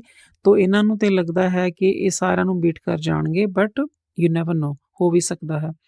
ਸੋ ਉਸ ਤੋਂ ਬਾਅਦ 93 ਤੇ ਆਇਆ। ਫਿਰ ਇਹ ਮੈਨੂੰ ਇਹਦੇ ਫੰਡਾਮੈਂਟਲਸ ਅੱਛੇ ਹੋਣ ਕਰਕੇ, ਥੋੜ੍ਹਾ ਬੀਟਾ ਹਾਈ ਹੋਣ ਕਰਕੇ ਸਵਿੰਗ ਟ੍ਰੇਡ ਦੇ ਲਈ ਜਾਂ ਡੇਲੀ ਟ੍ਰੇਡ ਦੇ ਲਈ ਸਟਾਕ ਅੱਛਾ ਲੱਗਦਾ ਹੈ। ਤੋ ਇਹਦੇ ਵਿੱਚ ਇੱਕ ਪੈਟਰਨ ਹੈ ਇਸ ਸਟਾਕ ਦਾ ਜਿਸ ਨੂੰ ਇਹ ਫੋਲੋ ਕਰਦਾ ਹੈ। ਸੋ ਜਿਹਦੇ ਤੋਂ ਤੁਹਾਨੂੰ ਕਲੀਅਰ ਇੰਡੀਕੇਸ਼ਨ ਮਿਲ ਜਾਂਦਾ ਹੈ ਕਿ ਕਿਸ ਤਰੀਕੇ ਨਾਲ ਮੂਵਮੈਂਟ ਹੋਏਗੀ ਇਹਦੀ ਨੈਕਸਟ। ਅਗਰ ਕੋਈ ਨਿਊਜ਼ ਆਉਂਦੀ ਹੈ, ਅਗਰ ਕੋਈ ਰਿਜ਼ਲਟਸ ਆਉਂਦੇ ਹਨ ਇਹਦੇ, ਜਾਂ ਨਵੀਡੀਆ ਜਾਂ ਇਹਦੇ ਹੋਰ ਜਿਹੜੇ ਕੰਪਨੀ ਦੇ ਹੋਰ ਕੰਪੀਟੀਟਰਸ ਹਨ ਕਿਸ ਤਰੀਕੇ ਨਾਲ ਮੂਵ ਕਰਦੇ ਹਨ। ਸੋ ਅਗਰ ਮੈਂ ਇੱਥੋਂ ਦੇਖਾਂ 93 ਤੋਂ ਫਿਰ ਲਗਾ ਕੇ ਲੋ ਇਹ ਅਕਤੂਬਰ ਦੇ ਵਿੱਚ ਓਵਰਆਲ ਮਾਰਕੀਟ ਨੀਚੇ ਸੀ, ਸੋ ਇਹ ਵੀ ਉਹਦੇ ਨਾਲ ਨੀਚੇ ਸੀ। ਉਸ ਤੋਂ ਬਾਅਦ ਫਿਰ ਇਸਨੇ ਸਾਲ ਜੋ ਫਿਨਿਸ਼ ਕੀਤਾ ਸੀ ਆਪਣਾ $148.76 ਦੇ ਉੱਤੇ ਕੀਤਾ ਸੀ। ਇਹਦਾ ਪਰਸੈਂਟੇਜ ਅਗਰ ਇਨਕਰੀਜ਼ ਦੇਖਾਂ, ਇਸਨੇ 149% ਦਾ ਗੇਨ ਕੀਤਾ ਸੀ ਸਾਲ ਦੇ ਸ਼ੁਰੂ ਤੋਂ ਲੈ ਕੇ। ਮੀਨਸ ਇੱਕ ਸਾਲ ਦੇ ਵਿੱਚ 149% ਦੇ ਕਰੀਬ, 150% ਦੇ ਕਰੀਬ ਇਸਨੇ ਗੇਨ ਕੀਤਾ। ਨਵੀਡੀਆ ਨੇ ਇਸ ਤੋਂ ਡਬਲ ਕੀਤਾ ਸੀ, ਬਟ ਤੁਸੀਂ ਦੇਖੋ ਇਹ ਉਹਦੇ ਨਾਲ ਉਵੇਂ ਹੀ ਚੱਲ ਰਿਹਾ ਹੈ ਜਿਵੇਂ ਕਿ ਨਵੀਡੀਆ ਚੱਲ ਰਿਹਾ ਹੈ। ਭਾਵੇਂ ਉਹਨਾਂ ਨਹੀਂ ਕਰ ਸਕਦਾ, ਕਰਨਾ ਚਾਹੁੰਦਾ ਹੈ, ਬਟ ਉਹਨਾਂ ਨਹੀਂ ਕੀਤਾ, ਹੁਣ ਅੱਗੇ ਕਰੇਗਾ ਹੋਪਫੁਲੀ। ਪਰ ਉਦੋਂ ਵੀ ਇਸ ਦਾ ਰਿਕਵਰੀ ਹੈ, ਜੋ ਇਸ ਦਾ ਗੇਨ ਹੈ ਬਹੁਤ ਹੀ ਅੱਛਾ ਰਿਹਾ ਤੇ ਆਮ ਸ਼ੋਰ ਕਿ ਬਹੁਤ ਸਾਰੇ ਟ੍ਰੇਡਰਸ ਨੇ, ਬਹੁਤ ਸਾਰੇ ਇਨਵੈਸਟਰਸ ਨੇ ਬਹੁਤ ਇਹਦੇ ਵਿੱਚ ਕਮਾਈ ਕੀਤੀ ਹੋਏਗੀ। ਸੋ ਅਗਰ ਮੈਂ ਹੁਣ ਇਸ ਨੂੰ ਦੇਖਾਂ year to date, like since ਪਹਿਲਾ ਜੋ ਸੈਸ਼ਨ ਸ਼ੁਰੂ ਹੋਇਆ ਇਸ ਸਾਲ ਦਾ, ਇਸ ਨੇ ਸ਼ੁਰੂ ਕੀਤਾ ਸੀ ਸੈਸ਼ਨ ਆਪਣਾ 138 ਸੋ ਇਹਦਾ ਪਿਛਲਾ ਸਾਲ 2023, ਉਸ ਤੋਂ ਬਾਅਦ ਇਹ ਡਿੱਗਿਆ, ਕਿੱਥੇ ਤੱਕ ਆਇਆ, 135 ਤੱਕ ਆਇਆ ਸੀ। $10-12 ਇਹ ਡਿੱਗਿਆ ਸੀ। ਫਿਰ ਉਸ ਤੋਂ ਬਾਅਦ ਹੁਣ ਫਿਰ ਉੱਤੇ ਵੱਲ ਹੈ ਤੇ ਆਪਣੇ ਪਿਛਲੇ ਹਾਈ ਤੋਂ ਦੇ ਕਰੀਬ ਹੈ, ਇਕੁਅਲ ਹੈ। ਇਸ ਤਰੀਕੇ ਨਾਲ ਫਲਕਚੁਏਟ ਕਰਦਾ, ਤੁਸੀਂ ਦੇਖੋ ਇਹ ਬਿਕੋਜ਼ ਆਫ ਇਟਸ ਬੀਟਾ। ਸੋ ਹੁਣ ਇਸ ਤੋਂ ਬਾਅਦ 6% ਦੀ ਰਿਕਵਰੀ ਇਸਨੇ ਕੀਤੀ ਹੈ ਸੋ ਫਾਰ, ਜਿਹੜੀ ਕਿ ਜਿੰਨਾ ਕੁ ਡਿੱਗਿਆ ਸੀ 6% ਸਮਥਿੰਗ, ਓਨਾ ਹੀ ਇਸਨੇ ਰਿਕਵਰ ਕਰ ਲਿਆ ਹੋਇਆ ਹੈ। ਇਹ ਹਾਲੇ ਦੂਸਰਾ ਹਫਤਾ ਚੱਲ ਰਿਹਾ ਇਸ ਸਾਲ ਦੀ ਟ੍ਰੇਡਿੰਗ ਦਾ। ਸੋ ਇਹਦੇ ਵਿੱਚ ਵੀ ਬਹੁਤ ਕੁਛ ਹੈ ਅੱਗੇ ਦੇਖਣ ਵਾਲਾ। ਸੋ ਸਟਾਕ ਆਪਣੇ ਆਪ ਦੇ ਵਿੱਚ ਬਹੁਤ ਵਧੀਆ ਹੈ ਤੇ ਹੋਰ ਵੀ ਇਸ ਦੀ ਜੋ ਆਪਣਾ ਗੇਮਿੰਗ ਪੋਰਟਫੋਲੀਓ ਹੈ ਜੋ AMD ਆਪਣਾ ਉਸ ਨੂੰ ਐਕਸਪੈਂਡ ਕਰ ਰਿਹਾ ਹੈ, ਜਿਹਦੇ ਵਿੱਚ ਇਹ ਨਵੇਂ ਗ੍ਰਾਫਿਕ ਕਾਰਡਸ ਨੂੰ ਲਾਂਚ ਕਰ ਰਿਹਾ ਹੈ। AMD ਦਾ ਮੈਂ ਦੇਖ ਰਹੀ ਸੀ ਆਰਟੀਕਲ, ਇਸ ਦੀ ਜੋ ਪਿਛਲੇ 10 ਸਾਲਾਂ ਦੇ ਵਿੱਚ ਇਹ ਕਹਿੰਦੇ ਹਨ ਕਿ left for dead in the middle of last decade it has become a leader in CPU, GPU, and embedded chips under the leadership of CEO Lisa Su.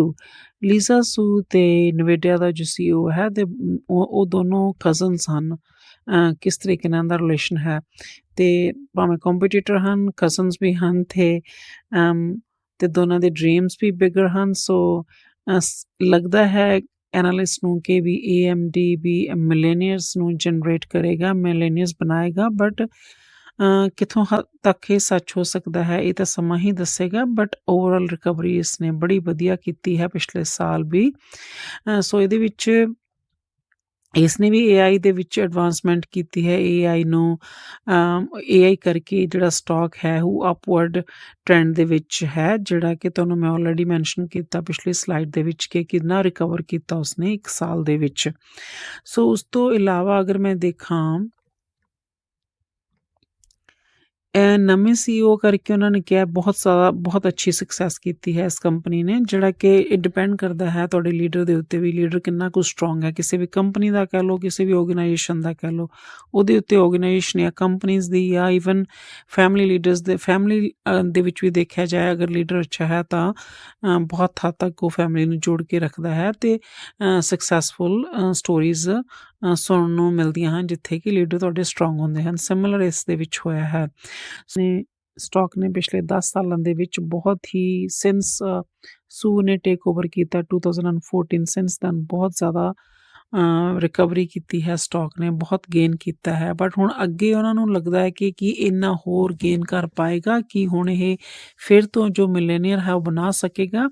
ਉਹ ਹੋ ਸਕਦਾ ਹੈ ਹਾਰਡ ਹੋਏ, ਕਿਉਂਕਿ ਇਹਨਾਂ ਨੇ ਕੈਲਕੂਲੇਸ਼ਨ ਕੀਤੀ ਆਪਣੇ ਹਿਸਾਬ ਨਾਲ। ਆਪਾਂ ਕੈਲਕੂਲੇਸ਼ਨ ਦੇ ਵਿੱਚ ਅੱਜ ਨਹੀਂ ਜਾਵਾਂਗੇ, ਬਟ ਥੋੜ੍ਹਾ ਜਿਹਾ ਮੈਂ ਦਿਖਾਉਣਾ ਚਾਹੁੰਦੀ ਸੀ ਕਿ ਕਿਸ ਤਰੀਕੇ ਨਾਲ ਇਹਦੀ ਰੈਵਨਿਊ ਗਰੋਥ ਦਾ ਇਹਨਾਂ ਨੇ ਕੀਤਾ ਹੈ ਮੈਂਸ਼ਨ, ਕਿ ਅਗਰ ਤੁਹਾਨੂੰ ਲੱਗਦਾ ਹੈ ਕਿ ਵੀ ਸੋ ਅਗਰ ਇਹਦਾ ਪਿਛਲਾ ਆਪਾਂ ਦੇਖਿਆ ਜਾਏ ਤਾਂ ਹੁਣ ਇਸ ਕੁਆਟਰ ਦੇ ਹਾਲੇ ਰਿਜ਼ਲਟਸ ਆਉਣੇ ਹਨ, 4th ਕੁਆਟਰ ਦੇ, ਪਰ 3rd ਕੁਆਟਰ ਦੇ ਵਿੱਚ ਅਗਰ ਇਹਦੇ ਰਿਜ਼ਲਟਸ ਦੇਖੀਏ ਆਪਾਂ ਪਿਛਲੇ ਸਾਲ ਦੇ, ਇਹਦੀ ਜੋ ਰੈਵਨਿਊ ਗਰੋਥ ਹੋਈ ਸੀ AMD ਦੀ 5.8 ਬਿਲੀਅਨ ਡਾਲਰਸ ਹੋਈ ਸੀ, ਜਿਹੜੀ ਕਿ 4% ਵਧੀ ਸੀ ਉਸ ਤੋਂ ਪਿਛਲੇ ਸਾਲ ਦਾ ਜੋ ਕੁਆਟਰ ਸੀ।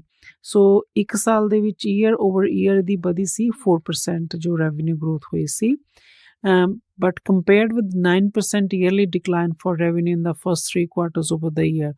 ਤੋਂ ਪਹਿਲੇ ਡਿਕਲਾਈਨ ਹੋਇਆ ਇਸ ਦਾ, ਫਿਰ ਇਸ ਤੋਂ ਬਾਅਦ ਇਸ ਦੀ 4% ਰੈਵਨਿਊ ਵਧੀ ਸੀ, ਜਿਹੜਾ ਕਿ ਬਹੁਤ ਹੀ ਵਧੀਆ ਪੋਜ਼ਿਟਿਵ ਇੰਡੀਕੇਟਰ ਰਿਹਾ ਹੈ, ਪੋਜ਼ਿਟਿਵ ਗਰੋਥ ਹੋਈ ਹੈ ਜਿਸ ਦੇ ਨਾਲ ਸਟਾਕ ਦੀ। ਉਹਨਾਂ ਨੂੰ ਲੱਗਦਾ ਹੈ ਕਿ AMD revenue growth should improve, ਹੋਰ ਰੈਵਨਿਊ ਗਰੋਥ ਹੋਣੀ ਚਾਹੀਦੀ ਹੈ ਤਾਂ ਜਾ ਕੇ ਇਹ ਹੋਰ ਸਟਾਕ ਗੇਨ ਕਰ ਪਾਏਗਾ। ਆਪਣੇ ਜੋ ਅਪਵਰਡ ਟ੍ਰੈਂਡ ਦੇ ਵਿੱਚ ਹੈ ਉਸ ਤੋਂ ਅਗਰ ਫਰਦਰ ਮੂਵ ਕਰਨਾ ਹੈ, ਬਿਕੋਜ਼ ਇੱਕ ਪੈਟਰਨ ਹੈ ਜਿਹਦੇ ਵਿੱਚ ਇਹ ਮੂਵ ਕਰਦਾ ਹੈ AMD ਸਟਾਕ, ਉਸ ਤੋਂ ਬਾਹਰ ਨਿਕਲਣ ਦੇ ਲਈ, ਉਸ ਤੋਂ ਅੱਗੇ ਵਧਣ ਦੇ ਲਈ ਇਸ ਨੂੰ ਹੋਰ ਰੈਵਨਿਊ ਦੀ ਵਧਾਉਣ ਦੀ, ਇੰਪਰੂਵ ਕਰਨ ਦੀ ਜ਼ਰੂਰਤ ਪਏਗੀ। ਉਹ ਇਸ ਤਰੀਕੇ ਦੇ ਨਾਲ ਐਨਾਲਿਸਟ ਹਨ ਜੋ ਇਸ ਨੂੰ ਦੇਖਦੇ ਹਨ। ਸੋ ਆਪਾਂ ਨੂੰ ਵੇਟ ਐਂਡ ਵਾਚ ਕਰਨਾ ਹੋਏਗਾ, ਹਰ ਕੁਆਟਰ ਦੇ ਰਿਜ਼ਲਟਸ ਦੇਖਣੇ ਪੈਣਗੇ, ਹੋਰ ਕੀ ਕੁਛ ਕਰ ਰਿਹਾ ਹੈ ਕੰਪਿਊਟਰ ਚਿਪਸ ਦੇ ਵਿੱਚ, ਜਾਂ ਕਹਿ ਲਓ AI ਦੇ ਵਿੱਚ, ਜਾਂ ਗ੍ਰਾਫਿਕ ਕਾਰਡ ਜੋ ਬਣਾਉਂਦਾ ਹੈ, ਗ੍ਰਾਫਿਕ ਕਾਰਡਸ ਬਣਾਉਂਦਾ ਹੈ ਗੇਮਿੰਗਸ ਦੇ ਲਈ, ਉਹਦੇ ਵਿੱਚ ਆਪਾਂ ਨੂੰ ਦੇਖਣਾ ਹੋਏਗਾ ਕਿ ਇਹ ਕਿਸ ਤਰੀਕੇ ਨਾਲ ਕਿਸ ਤਰੀਕੇ ਨਾਲ ਪਰਫਾਰਮੈਂਸ ਦੇ ਰਿਹਾ ਹੈ। ਉਹ ਸਾਰੇ ਕੰਟਰੀਬਿਊਸ਼ਨ ਹੋਣਗੇ ਇਸ ਦੇ ਜੋ ਸਟਾਕ ਨੂੰ ਹੋਰ ਅੱਗੇ ਪ੍ਰਾਈਸ ਵਧਾਉਣ ਦੇ ਵਿੱਚ। ਸੋ ਇਸ ਲਈ ਆਪਾਂ ਨੂੰ ਨਿੱਕੀਆਂ ਚੀਜ਼ਾਂ ਦਾ ਧਿਆਨ ਰੱਖਣਾ ਪੈਂਦਾ ਹੈ। ਜਦੋਂ ਵੀ ਆਪਾਂ ਕਿਸੇ ਕੰਪਨੀ 'ਚ ਇਨਵੈਸਟ ਕਰੀਦਾ ਹੈ ਅਤੇ ਆਪਾਂ ਨੇ ਆਪਣਾ ਟ੍ਰੇਡ ਬਣਾਉਣਾ ਹੈ, ਜਾਂ ਆਪਾਂ ਸਵਿੰਗ ਟ੍ਰੇਡ ਕਰਕੇ ਨਿਕਲਣਾ ਹੈ, ਜਾਂ ਲੌਂਗ ਟਰਮ ਰਹਿਣਾ ਹੈ, ਜਾਂ ਡੇਲੀ ਟ੍ਰੇਡ ਕਰਨਾ ਹੈ, ਉਹ ਇਹਨਾਂ ਦੇ ਉੱਤੇ ਇਹ ਫੈਕਟਰਸ ਹਨ ਜੋ ਅਸਰ ਪਾਉਂਦੇ ਹਨ। ਸੋ ਹਰ ਐਂਗਲ ਤੋਂ ਆਪਾਂ ਨੇ ਕਿਸੇ ਵੀ ਕੰਪਨੀ ਨੂੰ ਚੈੱਕ ਕਰਨਾ ਹੈ। ਸੋ AMD ਨੂੰ ਵੀ ਇਸ ਤਰੀਕੇ ਨਾਲ ਹੀ ਆਪਾਂ ਚੈੱਕ ਕਰਾਂਗੇ। ਸੋ ਹੁਣ ਆਪਾਂ ਗੱਲ ਕਰਦੇ ਹਾਂ ਕੁਆਲਕਾਮ ਦੀ, ਅਤੇ ਇਹਦੇ ਵਿੱਚ ਆਪਾਂ ਨੇ ਦੇਖਣਾ ਹੈ ਕਿ ਕਿਸ ਤਰੀਕੇ ਦੀ ਪਰਫਾਰਮੈਂਸ ਰਹੀ ਹੈ। ਮੈਂ ਇਹਦਾ ਥੋੜ੍ਹਾ ਪਿੱਛੇ ਜਾ ਕੇ ਦੇਖਣਾ ਚਾਹੁੰਦੀ ਸੀ, ਬਿਕੋਜ਼ ਇਸਨੇ ਆਪਣਾ ਜੋ ਹਾਈ ਲਗਾਇਆ ਸੀ ਪਿਛਲੇ ਸਾਲਾਂ ਦੇ ਵਿੱਚ ਉਹ ਹਾਲੇ ਰਿਕਵਰ ਨਹੀਂ ਕੀਤਾ ਹੈ। ਸੋ ਇਹਦੇ ਵਿੱਚ ਮੈਂ ਚਾਹੁੰਦੀ ਹਾਂ, ਵੈਸੇ 1 ਸਾਲ ਦਾ ਦੇਖਣਾ ਸੀ ਆਪਾਂ ਨੇ, ਬਟ ਥੋੜ੍ਹਾ ਜਿਹਾ 2022 ਦੇ ਵਿੱਚ ਅਗਰ ਮੈਂ ਜਾਵਾਂ ਤਾਂ ਇਸਨੇ ਹਾਈ ਲਗਾਇਆ ਸੀ 187, ਨੀਅਰਲੀ 190 ਤੁਸੀਂ ਕਹਿ ਸਕਦੇ ਹੋ। ਇਸਨੇ 22 ਮਈ 2022 ਦੇ ਵਿੱਚ ਆਪਣਾ ਹਾਈ ਲਗਾਇਆ ਸੀ, ਹਾਲੇ ਉਸ ਹਾਈ ਤੇ ਨਹੀਂ ਪਹੁੰਚਿਆ। ਬਟ ਅਗਰ ਮੈਂ ਪਿਛਲੇ ਸਾਲ ਦੇ ਸ਼ੁਰੂ 'ਚ ਦੇਖਾਂ,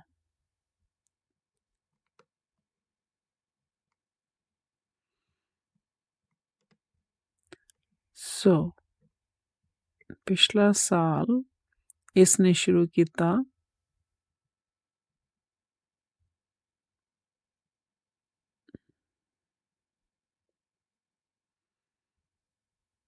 ਤਕਰੀਬਨ $100 ਦੇ ਉੱਤੇ, 109 ਦੇ ਉੱਤੇ ਇਸਨੇ ਆਪਣਾ ਪਿਛਲਾ ਸਾਲ ਸ਼ੁਰੂ ਕੀਤਾ ਸੀ।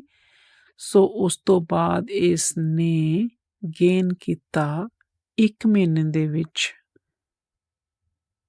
133 ਤੇ ਚੱਲ ਰਿਹਾ ਸੀ ਇਹ ਫੈਬਰਰੀ ਦੇ ਵਿੱਚ, ਫੈਬਰਰੀ ਇਹ ਸੀਗਾ। ਸੋ ਪਹਿਲੇ ਹਫਤੇ 107, 106, 107, ਦੈਨ ਫੈਬ ਦੇ ਵਿੱਚ 138, 46 ਦੇ ਉੱਤੇ ਸੀ 1 ਮਹੀਨੇ ਦੇ ਵਿੱਚ। ਅਬਾਊਟ $30 ਦਾ ਗੇਨ ਕੀਤਾ ਸੀ, ਜਿਹੜਾ ਕਿ not bad. Again pull back ਆਉਂਦੇ ਰਹੇ ਤੇ ਨਾਲ ਇਹ ਗੇਨ ਕਰਦਾ ਰਿਹਾ, ਬਟ ਇਸ ਨੂੰ ਤੁਸੀਂ ਇਹ ਨਹੀਂ ਕਹਿ ਸਕਦੇ ਕਿ ਅਪਵਰਡ ਟ੍ਰੈਂਡ ਦੇ ਵਿੱਚ ਹੈ। ਤੁਸੀਂ ਦੇਖੋ ਹਾਈ ਲਗਾਇਆ ਸੀ 22 ਦੇ ਵਿੱਚ, ਹੁਣ ਜਿਹੜਾ ਇਹਨੇ ਹਾਈ ਲਗਾਇਆ ਇਸ ਸਾਲ ਦੇ ਐਂਡ ਦੇ ਵਿੱਚ ਉਹ ਸੀਗਾ 145, 86। ਸੋ ਹਾਲੇ ਆਪਣੇ ਉਸ ਹਾਈ ਤੇ ਨਹੀਂ ਪਹੁੰਚਿਆ। ਇਹਨੂੰ ਤੁਸੀਂ ਡਿਫਰੈਂਟ ਤਰੀਕੇ ਨਾਲ ਟ੍ਰੇਡ, ਇਹ ਫਲਕਚੁਏਟ ਕਰਦਾ ਹੈ, ਕਾਫੀ ਉੱਤੇ ਜਾਂਦਾ ਹੈ ਫਿਰ ਬਹੁਤ ਨੀਚੇ ਆ ਜਾਂਦਾ ਉਸ ਤਰੀਕੇ ਨਾਲ। 103 ਉਸ ਤੋਂ ਵੀ ਲੋ ਲਗਾ ਕੇ ਆਇਆ ਇਹ ਮਈ ਦੇ ਵਿੱਚ ਪਿਛਲੇ ਸਾਲ। ਜਨਵਰੀ ਦੇ ਵਿੱਚ ਇਸਨੇ 106 ਤੋਂ ਸ਼ੁਰੂ ਕੀਤਾ ਸੀ, ਬਟ ਮਈ 'ਚ ਇਹ ਹੋਰ ਵੀ ਨੀਚੇ ਚਲਾ ਗਿਆ ਸੀ 103, 104 ਦੇ ਉੱਤੇ ਤਕਰੀਬਨ। ਸੋ ਤੁਸੀਂ ਪਿਛਲੇ ਜੋ ਦੋ ਆਪਾਂ ਦੇਖੇ ਚਾਰਟ, ਇੰਟਲ ਦਾ ਦੇਖਿਆ ਜਾਂ AMD ਦਾ ਦੇਖਿਆ, ਉਹ ਇਸ ਤਰ੍ਹਾਂ ਨੀਚੋਂ ਉੱਤੇ ਚੱਲਦੇ ਸੀ, ਬਟ ਇਹ ਸਟਾਕ ਨੂੰ ਤੁਸੀਂ ਦੇਖੋ ਇੱਕ ਸਵਿੰਗ ਜਿਹਾ ਬਣਾਉਂਦਾ ਹੈ, ਬਾਰ-ਬਾਰ ਇਸ ਤਰੀਕੇ ਨਾਲ ਚੱਲਦਾ ਹੈ। ਇਹਦੀ ਹੋਰ ਟੈਕਨੀਕਲ ਪੁਆਇੰਟਸ ਆਪਾਂ ਦੇਖਾਂਗੇ, ਹੋਰ ਐਂਗਲ ਤੋਂ ਦੇਖਣਾ ਸ਼ੁਰੂ ਕਰਾਂਗੇ ਚਾਰਟਸ ਨੂੰ ਲੇਟਰ ਔਨ, ਜਿਸ ਤਰ੍ਹਾਂ ਹੀ ਆਪਾਂ ਥੋੜ੍ਹੀ ਫੈਮਿਲੀਅਰ ਹੋ ਜਾਵਾਂਗੇ ਚਾਰਟ ਰੀਡ ਕਰਨ ਦੇ ਲਈ। ਬਟ ਹਾਲੇ ਬਹੁਤ ਬੇਸਿਕ ਮੈਂ ਤੁਹਾਨੂੰ ਦੱਸਦੀ ਹਾਂ ਪ੍ਰਾਈਸ ਮੂਵਮੈਂਟ ਦੇ ਹਿਸਾਬ ਦੇ ਨਾਲ ਜਿਵੇਂ ਬਣਿਆ ਹੈ। ਡੇਟ ਹਨ ਨੀਚੇ, ਮੰਥਸ ਦਿੱਤੇ ਹੋਏ ਹਨ, ਪ੍ਰਾਈਸ ਦਿੱਤੀ ਹੋਈ ਹੈ, ਤੇ ਨਾਲ ਤੁਹਾਨੂੰ ਇਨਫੋਰਮੇਸ਼ਨ ਆਉਂਦੀ ਹੈ ਇੱਥੇ ਕਿ ਕਿੰਨੇ % ਦਾ ਚੇਂਜ ਆ ਰਿਹਾ ਹੈ ਇਹਦੇ ਵਿੱਚ, ਓਪਨ ਕਿੱਥੇ ਹੋਇਆ, ਹਾਈ, ਕਲੋਜ਼, ਲੋ, ਵੋਲਿਊਮ ਕਿੰਨਾ ਸੀ ਉਸ ਦਿਨ, ਤੇ ਕਿੰਨਾ % ਚੇਂਜ ਹੋਇਆ ਸਾਲ ਦੇ ਸ਼ੁਰੂ ਤੋਂ ਲੈ ਕੇ ਉਸ ਦਿਨ ਤੱਕ। ਸੋ ਫਿਰ ਇਸਨੇ ਤੁਸੀਂ ਦੇਖੋ ਇਸਨੇ ਸ਼ੁਰੂ ਦੇ ਵਿੱਚ ਸਾਲ ਦੇ 106, 107 ਜਾਂ 108, 9 ਤੋਂ ਸ਼ੁਰੂ ਕੀਤਾ, ਫਿਰ ਉਹਨਾਂ ਕੀ ਫਿਰ ਇੱਕ ਵਾਰੀ ਆਇਆ ਇਹ 5 ਮਹੀਨਿਆਂ ਦੇ ਵਿੱਚ ਮਈ ਦੇ ਵਿੱਚ, ਦੈਨ ਇਹ ਅਕਤੂਬਰ ਦੇ ਵਿੱਚ, ਦੈਨ ਅਕਤੂਬਰ 'ਚ ਅਗੇਨ ਸੇਮ ਪ੍ਰਾਈਸ ਤੇ। ਸੋ ਉਹਨਾਂ ਨੀਚੇ ਜਾ ਕੇ ਫਿਰ ਉੱਤੇ ਜਾਂਦਾ ਹੈ, ਬਟ ਸਟਿਲ ਆਪਣੇ ਪਿਛਲੇ ਸਾਲਾਂ ਦੇ ਹਾਈ ਤੋਂ ਨੀਚੇ ਹੀ ਕਲੋਜ਼ ਹੋਇਆ ਸੀ। ਵਨਸ ਅਗੇਨ ਇਸ ਸਾਲ ਅਗਰ ਮੈਂ ਦੇਖਾਂ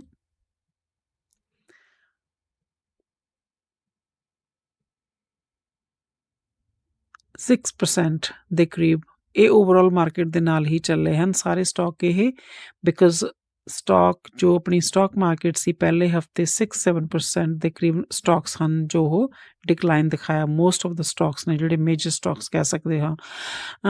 ਜਿੱਦਾਂ ਮੈਂ ਪਿਛਲੇ ਵੀਡੀਓ ਦੇ ਵਿੱਚ 7 ਮੇਜਰ ਸਟਾਕ ਕਵਰ ਕੀਤੇ ਸੀ, ਉਸ ਤੋਂ ਬਾਅਦ ਇਹ ਸਟਾਕ ਕਵਰ ਕਰ ਰਹੀ ਹਾਂ। ਇਹ ਵੀ ਸਟਾਕ ਮੇਜਰ ਨਹੀਂ ਹਨ, ਬਟ ਉਸ ਤੋਂ ਸੈਕਿੰਡ ਉਹਦੇ 'ਤੇ ਬੋਲ ਸਕਦੇ ਹਾਂ ਆਪਾਂ ਨੂੰ, ਇਹਨਾਂ ਦੀ ਜੋ ਕੰਪਨੀਜ਼ ਦੀ ਸਟਰੈਂਥ ਹੈ ਜਾਂ ਇਹਨਾਂ ਦਾ ਕੈਪੀਟਲ ਹੈ, ਉਹ ਇਹ ਬਹੁਤ ਛੋਟੇ ਸਟਾਕ ਨਹੀਂ ਹਨ, ਇਹ ਵੀ ਅੱਛੇ ਸਟਾਕ ਹਨ, ਉਹਨਾਂ ਦੇ ਵੱਡਿਆਂ ਦੇ ਨਾਲ ਹੀ ਚੱਲਦੇ ਹਨ। ਸੋ ਦੈਟਸ ਵਾਈ ਮੈਂ ਇਹਨਾਂ ਨੂੰ ਕੋਸ਼ਿਸ਼ ਕੀਤੀ ਅੱਜ ਕਵਰ ਕਰਨ ਦੀ, ਔਰ ਮੇਰੇ ਪੋਰਟਫੋਲੀਓਜ਼ ਦੇ ਵਿੱਚ ਵੀ ਇਹ ਸਟਾਕਸ ਹਨ। ਸੋ ਮੈਨੂੰ ਲੱਗਿਆ ਕਿ ਆਪਾਂ ਨੂੰ ਇਹਨਾਂ ਤੇ ਗੱਲ ਕਰਨੀ ਚਾਹੀਦੀ ਹੈ, ਇਸ ਲਈ ਮੈਨੂੰ ਅੱਜ ਇਹ ਵੀਡੀਓ ਬਣਾਉਣਾ ਪਿਆ। ਸੋ ਅੱਜ ਹੁਣ ਇਹ ਫਿਰ ਰਿਕਵਰੀ ਦੇ ਰਾਹ ਤੇ ਹੈ। ਪਹਿਲੇ ਹਫਤੇ ਡਿਕਲਾਈਨ, ਪਹਿਲਾਂ ਸ਼ੁਰੂਆਤ ਡਿਕਲਾਈਨ ਤੋਂ ਹੋਈ, ਹੁਣ ਉੱਤੇ ਵੱਲ ਜਾ ਰਿਹਾ, ਬਟ ਹਾਲੇ ਤੱਕ ਉੱਥੇ ਨਹੀਂ ਪਹੁੰਚਿਆ ਜਿੱਥੋਂ ਇਸਨੇ ਸਾਲ ਫਿਨਿਸ਼ ਕੀਤਾ ਸੀ ਪਿਛਲਾ। 139 ਦੇ ਉੱਤੇ ਹੀ ਇਹਦਾ ਹੁਣ ਅੱਜ ਦਾ ਕਲੋਜ਼ ਹੋਇਆ ਸੀ। ਸੋ ਦੇਖਦੇ ਹਾਂ, ਇੱਥੇ ਦਿਖਾ ਰਿਹਾ ਹੈ ਪ੍ਰੀ ਮਾਰਕੀਟ ਦੇ ਵਿੱਚ 140 ਤੱਕ ਗਿਆ ਹੋਇਆ ਹੈ, ਮੀਨਸ ਕੁਝ ਘੰਟਿਆਂ ਤੱਕ ਮਾਰਕੀਟ ਖੁੱਲ੍ਹਣ ਵਾਲੀ ਹੈ, 1-2 ਘੰਟਿਆਂ ਤੱਕ ਤਾਂ ਦੇਖਦੇ ਹਾਂ ਕਿੱਥੇ ਜਾ ਕੇ ਖੁੱਲ੍ਹੇਗਾ। ਫਿਲਹਾਲ 140 ਪ੍ਰੀ ਮਾਰਕੀਟ ਦੇ ਵਿੱਚ ਟ੍ਰੇਡ ਕਰ ਰਿਹਾ ਹੈ, ਆਲਰੇਡੀ ਕਲੋਜ਼ ਹੋਇਆ ਸੀ 139 ਦੇ ਉੱਤੇ। ਅੱਜ ਦਾ ਜੋ ਪਿਛਲੇ ਦਿਨ ਦਾ ਜੋ ਟ੍ਰੇਡ ਕਲੋਜ਼ ਹੋਇਆ ਸੀ ਸੈਸ਼ਨ, ਟ੍ਰੇਡਿੰਗ ਸੈਸ਼ਨ। ਸੋ ਇਹਦੇ ਵਿੱਚ ਹੁਣ ਜੋ ਐਨਾਲਿਸਟ ਹਨ ਉਹ ਇਹ ਕਹਿੰਦੇ ਹਨ ਕਿ ਬਈ ਆਪਾਂ ਨੂੰ ਹੁਣ ਜੋ ਇਹਦੇ ਰਿਜ਼ਲਟਸ ਆਉਣਗੇ ਉਹ ਬਹੁਤ ਹੀ ਇੰਪੋਰਟੈਂਟ ਹੋਣਗੇ ਇਸ ਦਾ ਅੱਗੇ ਰੋਡ ਮੈਪ ਦੇਖਣ ਦੇ ਲਈ ਕਿ ਕਿਸ ਤਰੀਕੇ ਨਾਲ ਮੂਵ ਕਰੇਗਾ ਆਉਣ ਵਾਲੇ ਟਾਈਮ ਦੇ ਵਿੱਚ। ਸੋ ਹੁਣ ਇਹਦੀਆਂ ਅਰਨਿੰਗਸ ਆਉਣਗੀਆਂ, ਉਹਦੇ ਵਿੱਚ ਦੇਖਣਾ ਹੋਏਗਾ ਕਿੰਨਾ ਕੁ ਇਸਨੇ ਰੈਵਨਿਊ ਜਨਰੇਟ ਕੀਤਾ ਹੈ। ਜਿਹੜੀ ਕੰਪਨੀ ਦੀ ਫੋਰਕਾਸਟ ਹੈ, ਇਹਦੀ ਅਰਨਿੰਗ ਪਰ ਸ਼ੇਅਰ ਦੀ ਫੋਰਕਾਸਟ ਹੈ $2.37। ਦੇਖਣਾ ਹੋਏਗਾ ਕਿ ਇਸ ਨੂੰ ਬੀਟ ਕਰਦੀ ਹੈ ਜਾਂ ਇਸ ਦੇ ਤੋਂ ਨੀਚੇ ਰਹਿੰਦੀ ਹੈ ਜਾਂ ਇੰਨਾ ਹੀ ਗੇਨ ਕਰਦੀ ਹੈ, ਉਹ ਆਪਾਂ ਦੇਖਣੀ ਬਣੇਗੀ ਰਿਪੋਰਟ ਇਹਦੀ ਜੋ ਹੁਣ ਆਏਗੀ ਕੁਆਟਰਲੀ ਰਿਪੋਰਟ। ਸੋ ਐਨਾਲਿਸਟ ਦੀ ਬਾਇੰਗ ਦੀ ਰਿਕਮੈਂਡੇਸ਼ਨ ਦੇ ਉੱਤੇ ਸਟਾਕ ਹੈ। ਅਗੇਨ ਪਹਿਲੇ ਫੰਡਾਮੈਂਟਲਸ ਚੈੱਕ ਕਰੋ ਕੰਪਨੀ ਦੇ, ਫਿਰ ਤੁਸੀਂ ਦੇਖੋ ਕਿ ਤੁਹਾਨੂੰ ਲੱਗਦਾ ਹੈ ਇਨਵੈਸਟ ਕਰਨਾ ਚਾਹੀਦਾ ਹੈ, ਫਿਰ ਹੀ ਉਸ ਤੋਂ ਬਾਅਦ ਜਾ ਕੇ ਤੁਸੀਂ ਉਸ ਦੇ ਵਿੱਚ ਇਨਵੈਸਟ ਕਰੋ। ਬਟ ਅਗੇਨ ਮੇਰੇ ਕੋਲ ਆਲਰੇਡੀ ਸਟਾਕ ਹੀ ਹੈ, ਸੋ ਮੈਂ ਇਸ ਨੂੰ ਫੋਲੋ ਕਰਦੀ ਹਾਂ ਅਤੇ ਨਾਲ ਇਸ ਦੇ ਵਿੱਚ ਇਨਵੈਸਟ ਵੀ ਕਰਦੀ ਹਾਂ, ਭਾਵੇਂ ਥੋੜ੍ਹਾ ਥੋੜ੍ਹਾ ਕਰਕੇ ਹੀ, ਬਟ ਸਟਾਕ ਮੈਨੂੰ ਵਧੀਆ ਲੱਗਦਾ ਹੈ ਅਤੇ ਫੰਡਾਮੈਂਟਲ ਦੇ ਨੂੰ ਲੈ ਕੇ ਵੀ ਅਤੇ ਇਸ ਦੀ ਇੰਡਸਟਰੀ ਨੂੰ ਲੈ ਕੇ ਵੀ। ਸੋ ਦੇਖਣਾ ਬਣੇਗਾ ਕਿ ਤੁਸੀਂ ਅੱਗੇ ਇਸ ਦੀ ਕੀ ਰਿਜ਼ਲਟਸ ਆਉਂਦੇ ਹਨ ਅਤੇ ਕਿਸ ਤਰੀਕੇ ਨਾਲ ਸਟਾਕ ਮੂਵ ਕਰਦਾ ਹੈ। ਸੋ ਹੁਣ ਆਪਾਂ ਦੇਖ ਲੈਂਦੇ ਹਾਂ ਔਨ ਸੈਮੀ ਕੰਡਕਟਰਸ, ਜਿਹੜਾ ਕਿ ਇਹਨਾਂ ਦਾ ਚਿਪ ਸਟਾਕ ਹੈ। ਇਸਨੇ ਸ਼ੁਰੂ ਕੀਤਾ ਸੀ ਸਾਲ ਪਿਛਲਾ $64 ਦੇ ਉੱਤੇ, ਅਤੇ ਇਸਨੇ ਜੋ ਸਟਾਕ ਦਾ ਜੋ ਹਾਈ ਲੱਗਿਆ ਹੈ ਉਹ ਅਗਸਤ ਵਿੱਚ ਲੱਗਿਆ ਸੀ, ਜਿਹੜਾ ਕਿ 107 ਦਾ ਸੀ। ਉਸ ਤੋਂ ਬਾਅਦ ਹਾਲੇ ਉੱਥੇ ਨਹੀਂ ਪਹੁੰਚਿਆ ਇਹ, ਬਟ ਇਸਨੇ ਆਪਣਾ ਸਾਲ ਕਿੱਥੇ ਫਿਨਿਸ਼ ਕੀਤਾ? ਸਾਲ ਇਸਨੇ ਫਿਨਿਸ਼ ਕੀਤਾ ਤਕਰੀਬਨ $85 ਦੇ ਉੱਤੇ। ਸੋ $20 ਦਾ ਅਗਰ ਦੇਖਿਆ ਜਾਏ ਓਵਰਆਲ, ਅਗਰ ਕਿਸੇ ਨੇ ਇੱਥੇ ਹੋਲਡ ਕਰਕੇ ਜਨਵਰੀ ਤੋਂ ਲੈ ਕੇ ਪਿਛਲੇ ਸਾਲ ਦਸੰਬਰ ਤੱਕ ਕੀਤਾ ਹੋਏਗਾ ਤਾਂ $20 ਤਕਰੀਬਨ ਜਾਂ ਉਸ ਤੋਂ ਵੀ ਘੱਟ ਪਰ ਸ਼ੇਅਰ ਗੇਨ ਕੀਤਾ ਹੋਏਗਾ। ਸੋ ਉਹ ਚੇਂਜ ਦਿਖਾ ਰਿਹਾ 31.45% ਦੀ ਪੂਰੇ ਸਾਲ ਦੀ, ਅਗਰ ਕਿਸੇ ਨੇ ਇੱਥੇ ਅਗਸਤ ਵਿੱਚ ਸੈੱਲ ਨਹੀਂ ਕੀਤਾ ਹੋਣਾ, ਉਦੋਂ ਇਹ 66% ਦੇ ਗੇਨ ਦੇ ਉੱਤੇ ਬੈਠਾ ਸੀ ਅਗਸਤ ਦੇ ਵਿੱਚ। ਸੋ ਕਈ ਵਾਰੀ ਇੱਦਾਂ ਆਪਾਂ ਹੁੰਦਾ ਹੈ ਕਿ ਆਪਾਂ ਲੌਂਗ ਟਰਮ ਬਾਇੰਗ ਕਹਿੰਦੇ ਹਾਂ, ਬਟ ਆਪਾਂ ਨੂੰ ਦੇਖਣਾ ਪੈਂਦਾ ਹੈ ਕਿਹੜੇ ਸਟਾਕ ਦੇ ਵਿੱਚ ਆਪਾਂ ਲੌਂਗ ਟਰਮ ਬਾਇੰਗ ਕਰਨੀ ਹੈ, ਕਿਹੜਾ ਬਹੁਤ ਫਲਕਚੁਏਟ ਕਰਦਾ ਹੈ, ਕਿਹਦੇ ਵਿੱਚ ਆਪਾਂ ਸਵਿੰਗ ਟ੍ਰੇਡ ਕਰ ਸਕਦੇ ਹਾਂ, ਡੇਲੀ ਟ੍ਰੇਡ ਕਰ ਸਕਦੇ ਹਾਂ। ਸੋ ਔਨ ਦੇ ਵਿੱਚ ਮੈਂ ਫਿਰ ਤੋਂ ਐਂਟਰੀ ਕੀਤੀ ਹੈ ਤਕਰੀਬਨ ਨਵੰਬਰ ਦੇ ਵਿੱਚ $62 ਦੇ ਉੱਤੇ, ਅਤੇ ਉਸ ਤੋਂ ਪਹਿਲੇ ਮੈਂ ਇਸ ਨੂੰ ਇੱਥੇ ਸੈੱਲ ਕਰ ਦਿੱਤਾ ਸੀ ਅਗਸਤ ਦੇ ਵਿੱਚ 108 ਦੇ ਉੱਤੇ 67% ਗੇਨ ਦੇ ਉੱਤੇ ਸੈੱਲ ਕਰ ਦਿੱਤਾ ਸੀ, ਜਦਕਿ ਬਾਇੰਗ ਮੈਂ ਸ਼ੁਰੂ ਦੇ ਵਿੱਚ ਕੀਤੀ ਸੀ। ਈਵਨ ਇੱਥੇ ਵੀ ਮੈਂ ਸ਼ਾਇਦ ਕੁਛ ਟ੍ਰੇਡ ਕੀਤਾ ਹੋਏਗਾ ਕਿ ਇੱਥੇ ਬਾਏ ਕਰਕੇ ਫੈਬ ਦੇ ਵਿੱਚ ਸੈੱਲ ਕੀਤਾ ਹੋਏਗਾ, ਦੈਨ ਫਿਰ ਤੋਂ ਅਪ੍ਰੈਲ ਦੇ ਵਿੱਚ ਬਾਏ ਕਰਕੇ ਫਿਰ ਅਗਸਤ ਦੇ ਵਿੱਚ ਸਪਟੈਂਬਰ 'ਚ ਸੈੱਲ ਕੀਤਾ ਹੋਏਗਾ। ਹੁਣ ਮੈਂ ਨਵੀਂ ਪੋਜੀਸ਼ਨ ਜੋ ਕੀਤੀ ਸੀ, ਜੋ ਨਵੀਂ ਬਾਏ ਕੀਤੇ ਸੀ, ਉਹ ਸੀ ਨਵੰਬਰ ਦੇ ਵਿੱਚ, ਅਤੇ ਹੁਣ ਇਸ ਟਾਈਮ ਉਹ ਮੁੜ ਕੇ ਭਾਵੇਂ ਫਿਰ ਨੀਚੇ ਆ ਗਿਆ। ਹੁਣ ਮੇਰਾ ਕੋਈ ਮਨ ਨਹੀਂ ਸੀ ਇਸ ਨੂੰ ਸੈੱਲ ਕਰਨ ਦਾ, ਜਾਂ ਮੈਂ ਸਵਿੰਗ ਟ੍ਰੇਡ ਕਰ ਸਕਦੀ ਸੀ ਅਗਰ ਚਾਹੁੰਦੀ ਤਾਂ, ਬਟ ਮੈਨੂੰ ਹੋਰ ਸਟਾਕਸ ਐਡ ਕਰਨੇ ਹਨ ਬਹੁਤ ਹੀ। ਵੈਸੇ ਹੀ ਮੈਂ ਕਿਸੇ ਹੋਰ ਸਟਾਕ ਨੂੰ ਸੈੱਲ ਕਰਕੇ ਇਸ ਨੂੰ ਲਿਆ ਸੀ, ਉਸ ਤੋਂ ਪ੍ਰੋਫਿਟ ਕੱਢ ਕੇ। ਸੋ ਇਹ ਤੁਸੀਂ ਦੇਖ ਸਕਦੇ ਹੋ stock. Again it's not like your Intel ਔਰ AMD ਕਿ ਅਪਵਰਡ ਟ੍ਰੈਂਡ ਦੇ ਵਿੱਚ ਹੈ, ਇਹ ਵੀ ਸੇਮ ਜਿਸ ਤਰ੍ਹਾਂ ਪਿਛਲਾ ਕੁਆਲਕॉम ਦੇਖਿਆ ਹੈ, ਬਹੁਤ ਸਵਿੰਗ ਕਰਦਾ ਹੈ, ਫਲਕਚੁਏਟ ਕਰਦਾ ਹੈ। ਤੋ ਇਸ ਨੂੰ ਵੀ ਕਲੋਜ਼ਲੀ ਵਾਚ ਕਰਨਾ ਜ਼ਰੂਰੀ ਹੈ। ਅਗੇਨ ਮੈਂ ਇਸ ਨੂੰ ਇਸ ਲਈ ਫੋਲੋ ਕਰਦੀ ਹਾਂ, ਮੈਨੂੰ ਇਹਦੇ ਫੰਡਾਮੈਂਟਲਸ ਵੀ ਅੱਛੇ ਲੱਗਦੇ ਹਨ, ਭਾਵੇਂ ਕਿ ਫਲਕਚੁਏਟ ਕਰਦਾ ਹੈ, ਬਟ ਇਹ ਤੁਹਾਨੂੰ ਫਿਰ ਟ੍ਰੇਡ ਦਾ ਮੌਕਾ ਦਿੰਦਾ ਹੈ। ਹੁਣ ਅਗਰ ਮੈਨੂੰ ਪਰਸਨਲ ਹੁਣ ਦੇਖਾਂ, ਮੈਂ ਅਗਰ ਐਨਾਲਿਸਟ ਦਾ ਜੋ ਰਿਕਮੈਂਡੇਸ਼ਨ ਇਸ ਦੀ ਸੈਲਿੰਗ ਦੀ ਰਿਕਮੈਂਡੇਸ਼ਨ ਹੈ ਔਨ ਸੈਮੀਕੰਡਕਟਰਸ ਦੇ ਉੱਤੇ, ਬਟ ਅਗੇਨ ਆਪਾਂ ਖੁਦ ਪਰਸਨਲੀ ਵੀ ਐਨਾਲਾਈਜ਼ ਕਰਾਂਗੇ ਇਸ ਦੀਆਂ ਇਸ ਦੇ ਸਟਾਕ ਨੂੰ ਬੇਸਡ ਔਨ ਜਿਹੜੀਆਂ ਰੈਵਨਿਊ ਇਹਦੀ ਜਿਹੜੇ ਰਿਜ਼ਲਟਸ ਹੋਣਗੇ ਕੁਆਟਰਲੀ ਇਹਦੇ, ਉਹਨਾਂ ਦੇ ਬੇਸ ਦੇ ਉੱਤੇ ਆਪਾਂ ਖੁਦ ਵੀ ਐਨਾਲਾਈਜ਼ ਕਰਨਾ ਹੈ। ਜਾਂ ਡਿਪੈਂਡ ਕਰਦਾ ਹੈ ਤੁਹਾਡੀ ਪੋਜੀਸ਼ਨ ਕਿੰਨੀ ਵੱਡੀ ਹੈ, ਛੋਟੀ ਹੈ। ਹੋ ਸਕਦਾ ਹੈ ਆਪਾਂ ਬਿਕੋਜ਼ ਰਿਟੇਲ ਇਨਵੈਸਟਰ ਹਾਂ, ਛੋਟੇ ਇਨਵੈਸਟਰ ਹਾਂ, ਸੋ ਆਪਾਂ ਨਾਲ ਥੋੜ੍ਹੇ ਐਡ ਕਰਦੇ ਜਾਂਦੇ ਹਾਂ, 1 ਸਟਾਕ 2 ਸਟਾਕ 4 ਜਾਂ 5 ਜਾਂ 10 20 ਜੋ ਵੀ ਹੈ, ਇਹ ਛੋਟੀ ਹੈ, ਜਿੱਥੇ ਤੱਕ ਮਰਜ਼ੀ 1000 ਤੱਕ ਚਲੇ ਜਾਈਏ, ਭਾਵੇਂ ਛੋਟਾ ਹੀ ਆਪਾਂ ਰਿਟੇਲ ਇਨਵੈਸਟਿੰਗ ਦੇ ਵਿੱਚ ਹੀ ਆਉਂਦੇ ਹਾਂ। ਸੋ ਆਪਣੀ ਜਿਸ ਤਰੀਕੇ ਨਾਲ ਇਨਵੈਸਟਮੈਂਟ ਸਟ੍ਰੈਟਜੀ ਹੁੰਦੀ ਹੈ ਕਿ ਆਪਾਂ ਥੋੜ੍ਹੇ ਸਟਾਕ ਬਾਏ ਕਰਦੇ ਜਾਂਦੇ ਹਾਂ, ਔਰ ਐਟ ਏ ਟਾਈਮ ਆਪਾਂ 1 ਸਟਾਕ ਵੀ ਨਹੀਂ ਬਾਏ ਕਰਦੇ। ਆਪਣੀ ਕੋਸ਼ਿਸ਼ ਹੁੰਦੀ ਹੈ ਕਿ ਆਪਾਂ ਪੈਸਾ ਵੰਡ ਕੇ ਲਗਾਇਆ ਜਾਏ। ਸੋ ਆਪਣੇ ਲਈ ਹੋ ਸਕਦਾ ਹੈ, ਮੈਨੂੰ ਇਸ ਟਾਈਮ ਨਹੀਂ ਲੱਗਿਆ ਕਿ ਮੈਨੂੰ ਸੈਲ ਕਰਨਾ ਚਾਹੀਦਾ ਹੈ, ਸੋ ਮੈਂ ਵੇਟ ਕਰ ਰਹੀ ਹਾਂ ਕਿ ਮੈਂ ਹੋਰ ਐਡ ਕਰ ਲਾਂ ਅਗਰ ਇਹ ਸਟਾਕ ਹੋਰ ਨੀਚੇ ਆਉਂਦਾ ਹੈ। ਬਟ ਓਵਰਆਲ ਐਨਾਲਿਸਟ ਇਸ ਨੂੰ ਸੈਲਿੰਗ ਦੀ ਰਿਕਮੈਂਡੇਸ਼ਨ ਇਸ ਟਾਈਮ ਦੇ ਰਹੇ ਹਨ। ਅਗਰ ਕਿਸੇ ਨੇ ਨਵੰਬਰ 'ਚ ਬਾਏ ਕੀਤਾ ਹੋਏਗਾ ਤੋ ਉਹਨਾਂ ਨੂੰ ਅਗਰ ਨਹੀਂ ਦਸੰਬਰ 'ਚ ਸੈਲ ਕੀਤਾ ਤਾਂ ਹੁਣ ਵੀ ਸੈਲ ਕਰ ਸਕਦੇ ਹਨ, ਅਗਰ ਮਾਰਕੀਟ ਜਾਂ ਟ੍ਰੈਂਡ ਦੱਸਦਾ ਹੈ ਕਿ ਹੋਰ ਨੀਚੇ ਜਾ ਸਕਦਾ ਹੈ ਸਟਾਕ। ਬਟ ਇਸ ਟਾਈਮ ਹਾਲੇ ਕੁਛ ਵੀ ਨਹੀਂ ਕਹਿ ਸਕਦੇ, ਭਾਵੇਂ ਐਨਾਲਿਸਟ ਨੇ ਰਿਕਮੈਂਡੇਸ਼ਨ ਦਿੱਤੀ ਹੋਈ ਹੈ, ਬਟ ਨੋ ਵਨ ਨੋਜ਼ ਕਿ ਕੀ ਹੋਣਾ ਹੈ ਅੱਗੇ। ਬੇਸਿਕਲੀ ਤਾਂ ਆਪਾਂ ਨੂੰ ਦੇਖਣਾ ਪਏਗਾ ਕਿ ਇਸ ਦੀ ਕੀ ਨਿਊਜ਼ ਆਉਂਦੀ ਹੈ, ਇਸ ਦੇ ਰਿਜ਼ਲਟਸ ਕਿੱਦਾਂ ਦੇ ਆਉਂਦੇ ਹਨ, ਜਾਂ ਅੱਗੇ ਕੁਛ ਹੋਰ ਕੀ ਕਰ ਰਹੀ ਹੈ ਕੰਪਨੀ ਇੰਪਰੂਵ ਕਰਨ ਦੇ ਲਈ ਆਪਣੇ ਬਿਜ਼ਨਸ ਨੂੰ, ਜਾਂ ਕਿੰਨਾ ਅੱਛਾ ਬਿਜ਼ਨਸ ਕਰ ਰਹੀ ਹੈ ਆਲਰੇਡੀ ਜੋ ਇਹਦੇ ਕੋਲ ਪ੍ਰੋਡਕਟਸ ਹਨ ਉਹਨਾਂ ਨੂੰ ਲੈ ਕੇ। ਸੋ ਦੇਖਣਾ ਬਣੇਗਾ। ਸੋ ਲੈਟਸ ਸੀ, ਆਪਾਂ ਮੂਵ ਔਨ ਕਰਦੇ ਹਾਂ ਨੈਕਸਟ ਸਟਾਕ ਵੱਲ। ਸੋ ਆਮ ਹੋਲਡਿੰਗ ਤੁਹਾਨੂੰ ਸਭ ਨੂੰ ਯਾਦ ਹੋਏਗਾ ਕਿ ਇਸਨੇ ਆਪਣਾ IPO ਲਾਂਚ ਕੀਤਾ ਸੀ ਪਿਛਲੇ ਸਾਲ, ਤੇ ਇਹ ਅਕਤੂਬਰ ਨਵੰਬਰ ਦੇ ਵਿੱਚ ਇਸਨੇ ਆਪਣਾ IPO ਲਾਂਚ ਕੀਤਾ ਸੀ। ਸੈਪਟੈਂਬਰ ਤੋਂ ਇਸਨੇ ਟ੍ਰੇਡਿੰਗ ਸ਼ੁਰੂ ਕੀਤੀ ਸੀ। ਇਹ ਸ਼ੁਰੂ ਹੋਇਆ ਸੀ $56 ਤੋਂ ਇਸਨੇ ਟ੍ਰੇਡਿੰਗ ਸ਼ੁਰੂ ਕੀਤੀ ਸੀ ਆਪਣੀ। ਜੋ ਪਹਿਲਾ ਦਿਨ ਇਸਦਾ ਗਿਆ ਸੀ $66 ਇਸਨੇ ਹਾਈ ਲਗਾਇਆ ਸੀ, ਤੇ ਉਸ ਤੋਂ ਬਾਅਦ ਇਹ ਨੀਚੇ ਵੱਲ ਹੀ ਗਿਆ। ਅਗਰ ਤੁਸੀਂ ਦੇਖੋ ਤਾਂ ਡਾਊਨਵਰਡ ਟ੍ਰੈਂਡ ਇਹਦਾ ਚੱਲਿਆ ਫਿਰ 1 ਮਹੀਨੇ ਤੱਕ। ਸੋ ਦੈਟ ਵਾਜ਼ ਸੈਪਟੈਂਬਰ, ਜਦੋਂ ਇਸ ਦਾ ਫਸਟ ਡੇ 15 ਸੈਪਟੈਂਬਰ ਨੂੰ ਫਸਟ ਟ੍ਰੇਡਿੰਗ ਡੇ ਸੀ ਇਸ ਦਾ IPO ਤੋਂ ਬਾਅਦ। ਫਿਰ ਪਹਿਲੇ ਦਿਨ ਗੇਨ ਕਰਕੇ ਆਪਣੀ ਜੋ IPO ਪ੍ਰਾਈਸ ਦੀ ਆਪਣੀ IPO ਪ੍ਰਾਈਸ ਤੋਂ ਗੇਨ ਕੀਤਾ ਸੀ ਇਸਨੇ। ਤੋ ਉਸ ਤੋਂ ਬਾਅਦ ਇਸ ਦਾ 19-20% ਦਾ ਡਿਕਲਾਈਨ ਆਇਆ ਕੁਛ ਦਿਨਾਂ ਦੇ ਵਿੱਚ। ਫਿਰ ਹੋਰ ਡਿਕਲਾਈਨ ਹੋਇਆ ਇਸ ਦਾ 25% ਦੇ ਕਰੀਬ ਡਿਕਲਾਈਨ ਹੋਇਆ ਪ੍ਰਾਈਸ ਦਾ, ਜਿਹੜਾ ਕਿ ਅਕਤੂਬਰ ਦੇ ਐਂਡ ਤੱਕ ਸੀ। ਸਿੰਸ ਦੈਨ ਇਹ ਰਿਕਵਰ ਕਰ ਰਿਹਾ ਕੁਛ ਪੁੱਲ ਬੈਕ ਦੇ ਨਾਲ, ਤੇ ਇਸਨੇ ਆਪਣਾ ਪਿਛਲਾ ਸਾਲ ਫਿਨਿਸ਼ ਕੀਤਾ $77.47 ਦੇ ਉੱਤੇ, ਜਿਹੜਾ ਕਿ 21% ਦਾ ਗੇਨ ਸੀ, ਨਾਟ ਬੈਡ।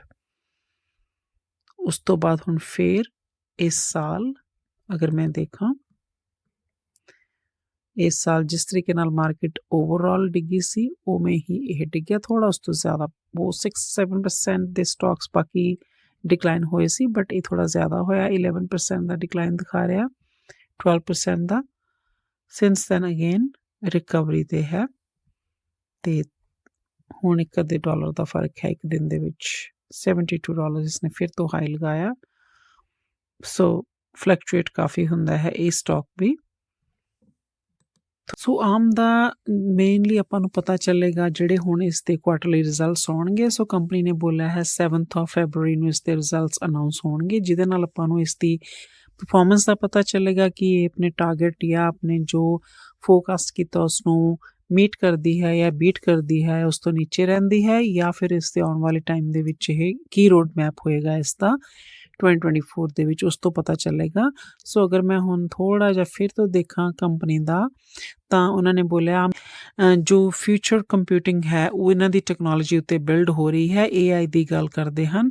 ਇਹ ਇਹਨਾਂ ਨੂੰ ਲੱਗਦਾ ਹੈ, ਇਹ ਕਹਿੰਦੇ ਹਨ ਕਿ ਹਰ ਥਾਂ ਦੇ ਉੱਤੇ ਅਸੀਂ AI ਨੂੰ ਯੂਜ਼ ਕੀਤਾ ਹੈ, ਭਾਵੇਂ ਉਹ ਚਿਪਸ ਹਨ, ਭਾਵੇਂ ਉਹ ਕਲਾਊਡ ਹੈ, ਹਰ ਥਾਂ ਦੇ ਉੱਤੇ ਇਹ ਆਪਣੀ ਜੋ ਇਹਨਾਂ ਦੀ ਫਾਊਂਡੇਸ਼ਨ ਹੈ, ਜੋ ਇਹ it's more like they are saying ਕਿ ਵੀ ਜਿਹੜਾ ਫਿਊਚਰ ਹੈ ਟੈਕਨੋਲੋਜੀ ਦਾ ਫਰੋਮ ਚਿਪਸ ਟੂ ਕਲਾਊਡ, ਉਹ ਇਹ ਆਮ ਦੀ ਟੈਕਨੋਲੋਜੀ ਉੱਤੇ ਬਿਲਡ ਹੋ ਰਿਹਾ ਹੈ। ਸੋ ਕੁਆਇਟ ਕੌਨਫੀਡੈਂਟ ਹਨ। ਇਹਨਾਂ ਨੂੰ ਲੱਗਦਾ ਹੈ ਹਰ ਸੈਕਟਰ ਦੇ ਵਿੱਚ ਆਮ ਦੀ ਟੈਕਨੋਲੋਜੀ, ਆਮ ਦੇ ਬਲੂਪ੍ਰਿੰਟ, ਆਮ ਦੇ ਡਿਜ਼ਾਈਨਸ ਯੂਜ਼ ਹੋ ਰਹੇ ਹਨ। ਇਹ ਉਸ ਨੂੰ ਕੈਸ਼ ਕਰਨ ਦੀ ਕੋਸ਼ਿਸ਼ ਕਰ ਰਹੇ ਹਨ ਔਰ ਕਰ ਵੀ ਸਕਦੇ ਹਨ, ਬਿਕੋਜ਼ ਇਹਨਾਂ ਦੇ ਬਲੂਪ੍ਰਿੰਟਸ ਬਹੁਤ ਸਾਰੀ ਕੰਪਨੀਜ਼ ਯੂਜ਼ ਕਰਦੀਆਂ ਹਨ ਆਪਣੀ ਟੈਕਨੋਲੋਜੀ ਦੇ ਵਿੱਚ। ਸੋ ਤੁਸੀਂ ਦੇਖ ਸਕਦੇ ਹੋ, ਇਹ ਕਹਿੰਦੇ ਹਨ ਕਿ we together with 1000 plus technology partners, ਤੁਸੀਂ ਦੇਖੋ ਇੰਨੇ ਜ਼ਿਆਦਾ ਟੈਕਨੋਲੋਜੀ ਪਾਰਟਨਰਸ ਜਾਂ ਕੰਪਨੀਜ਼ ਹਨ ਜਿਹੜੀਆਂ ਇਹਦੇ ਬਲੂਪ੍ਰਿੰਟਸ ਨੂੰ ਯੂਜ਼ ਕਰਦੀਆਂ ਹਨ। ਇਹ ਕਹਿੰਦੇ ਅਸੀਂ ਆਰਟੀਫਿਸ਼ੀਅਲ ਇੰਟੈਲੀਜੈਂਸ ਤਕਰੀਬਨ ਹਰ ਜਗ੍ਹਾ ਦੇ ਉੱਤੇ ਅਸੀਂ ਉਸ ਦਾ ਯੂਜ਼ ਕਰ ਰਹੇ ਹਾਂ, ਉਸ ਨੂੰ ਇਨੇਬਲ ਕੀਤਾ ਹੈ ਸਾਈਬਰ ਸਿਕਿਉਰਿਟੀ ਦੇ ਵਿੱਚ ਵੀ, ਹੋਰ ਐਜ਼ ਆਈ ਸੈਡ ਚਿਪਸ ਤੇ ਤੋਂ ਲੈ ਕੇ ਕਲਾਊਡ ਤੱਕ ਹਰ ਥਾਂ ਦੇ ਉੱਤੇ। ਸੋ ਕਾਫੀ ਜ਼ਿਆਦਾ ਪੋਜ਼ੀਟਿਵਿਟੀ ਹੈ ਕੰਪਨੀ ਦੇ ਵਿੱਚ ਇਸ ਦੇ ਪ੍ਰੋਡਕਟਸ ਨੂੰ ਲੈ ਕੇ, ਇਸ ਦੀਆਂ ਸਰਵਿਸਿਜ਼ ਨੂੰ ਲੈ ਕੇ, ਜਿਹੜੀਆਂ ਕਿ ਇਸ ਨੂੰ ਲੌਂਗ ਟਰਮ ਦੇ ਵਿੱਚ ਕੈਸ਼ ਬੈਨੀਫਿਟ ਜਾਂ ਇਸ ਨੂੰ ਇਸ ਦੇ ਬਿਜ਼ਨਸ ਨੂੰ ਫਾਇਦਾ ਦੇ ਸਕਦੀਆਂ ਹਨ, ਜਿਹੜੇ ਕਿ ਸਟਾਕ ਦੇ ਲਈ ਫਾਇਦੇਮੰਦ ਹੀ ਰਹੇਗੀ।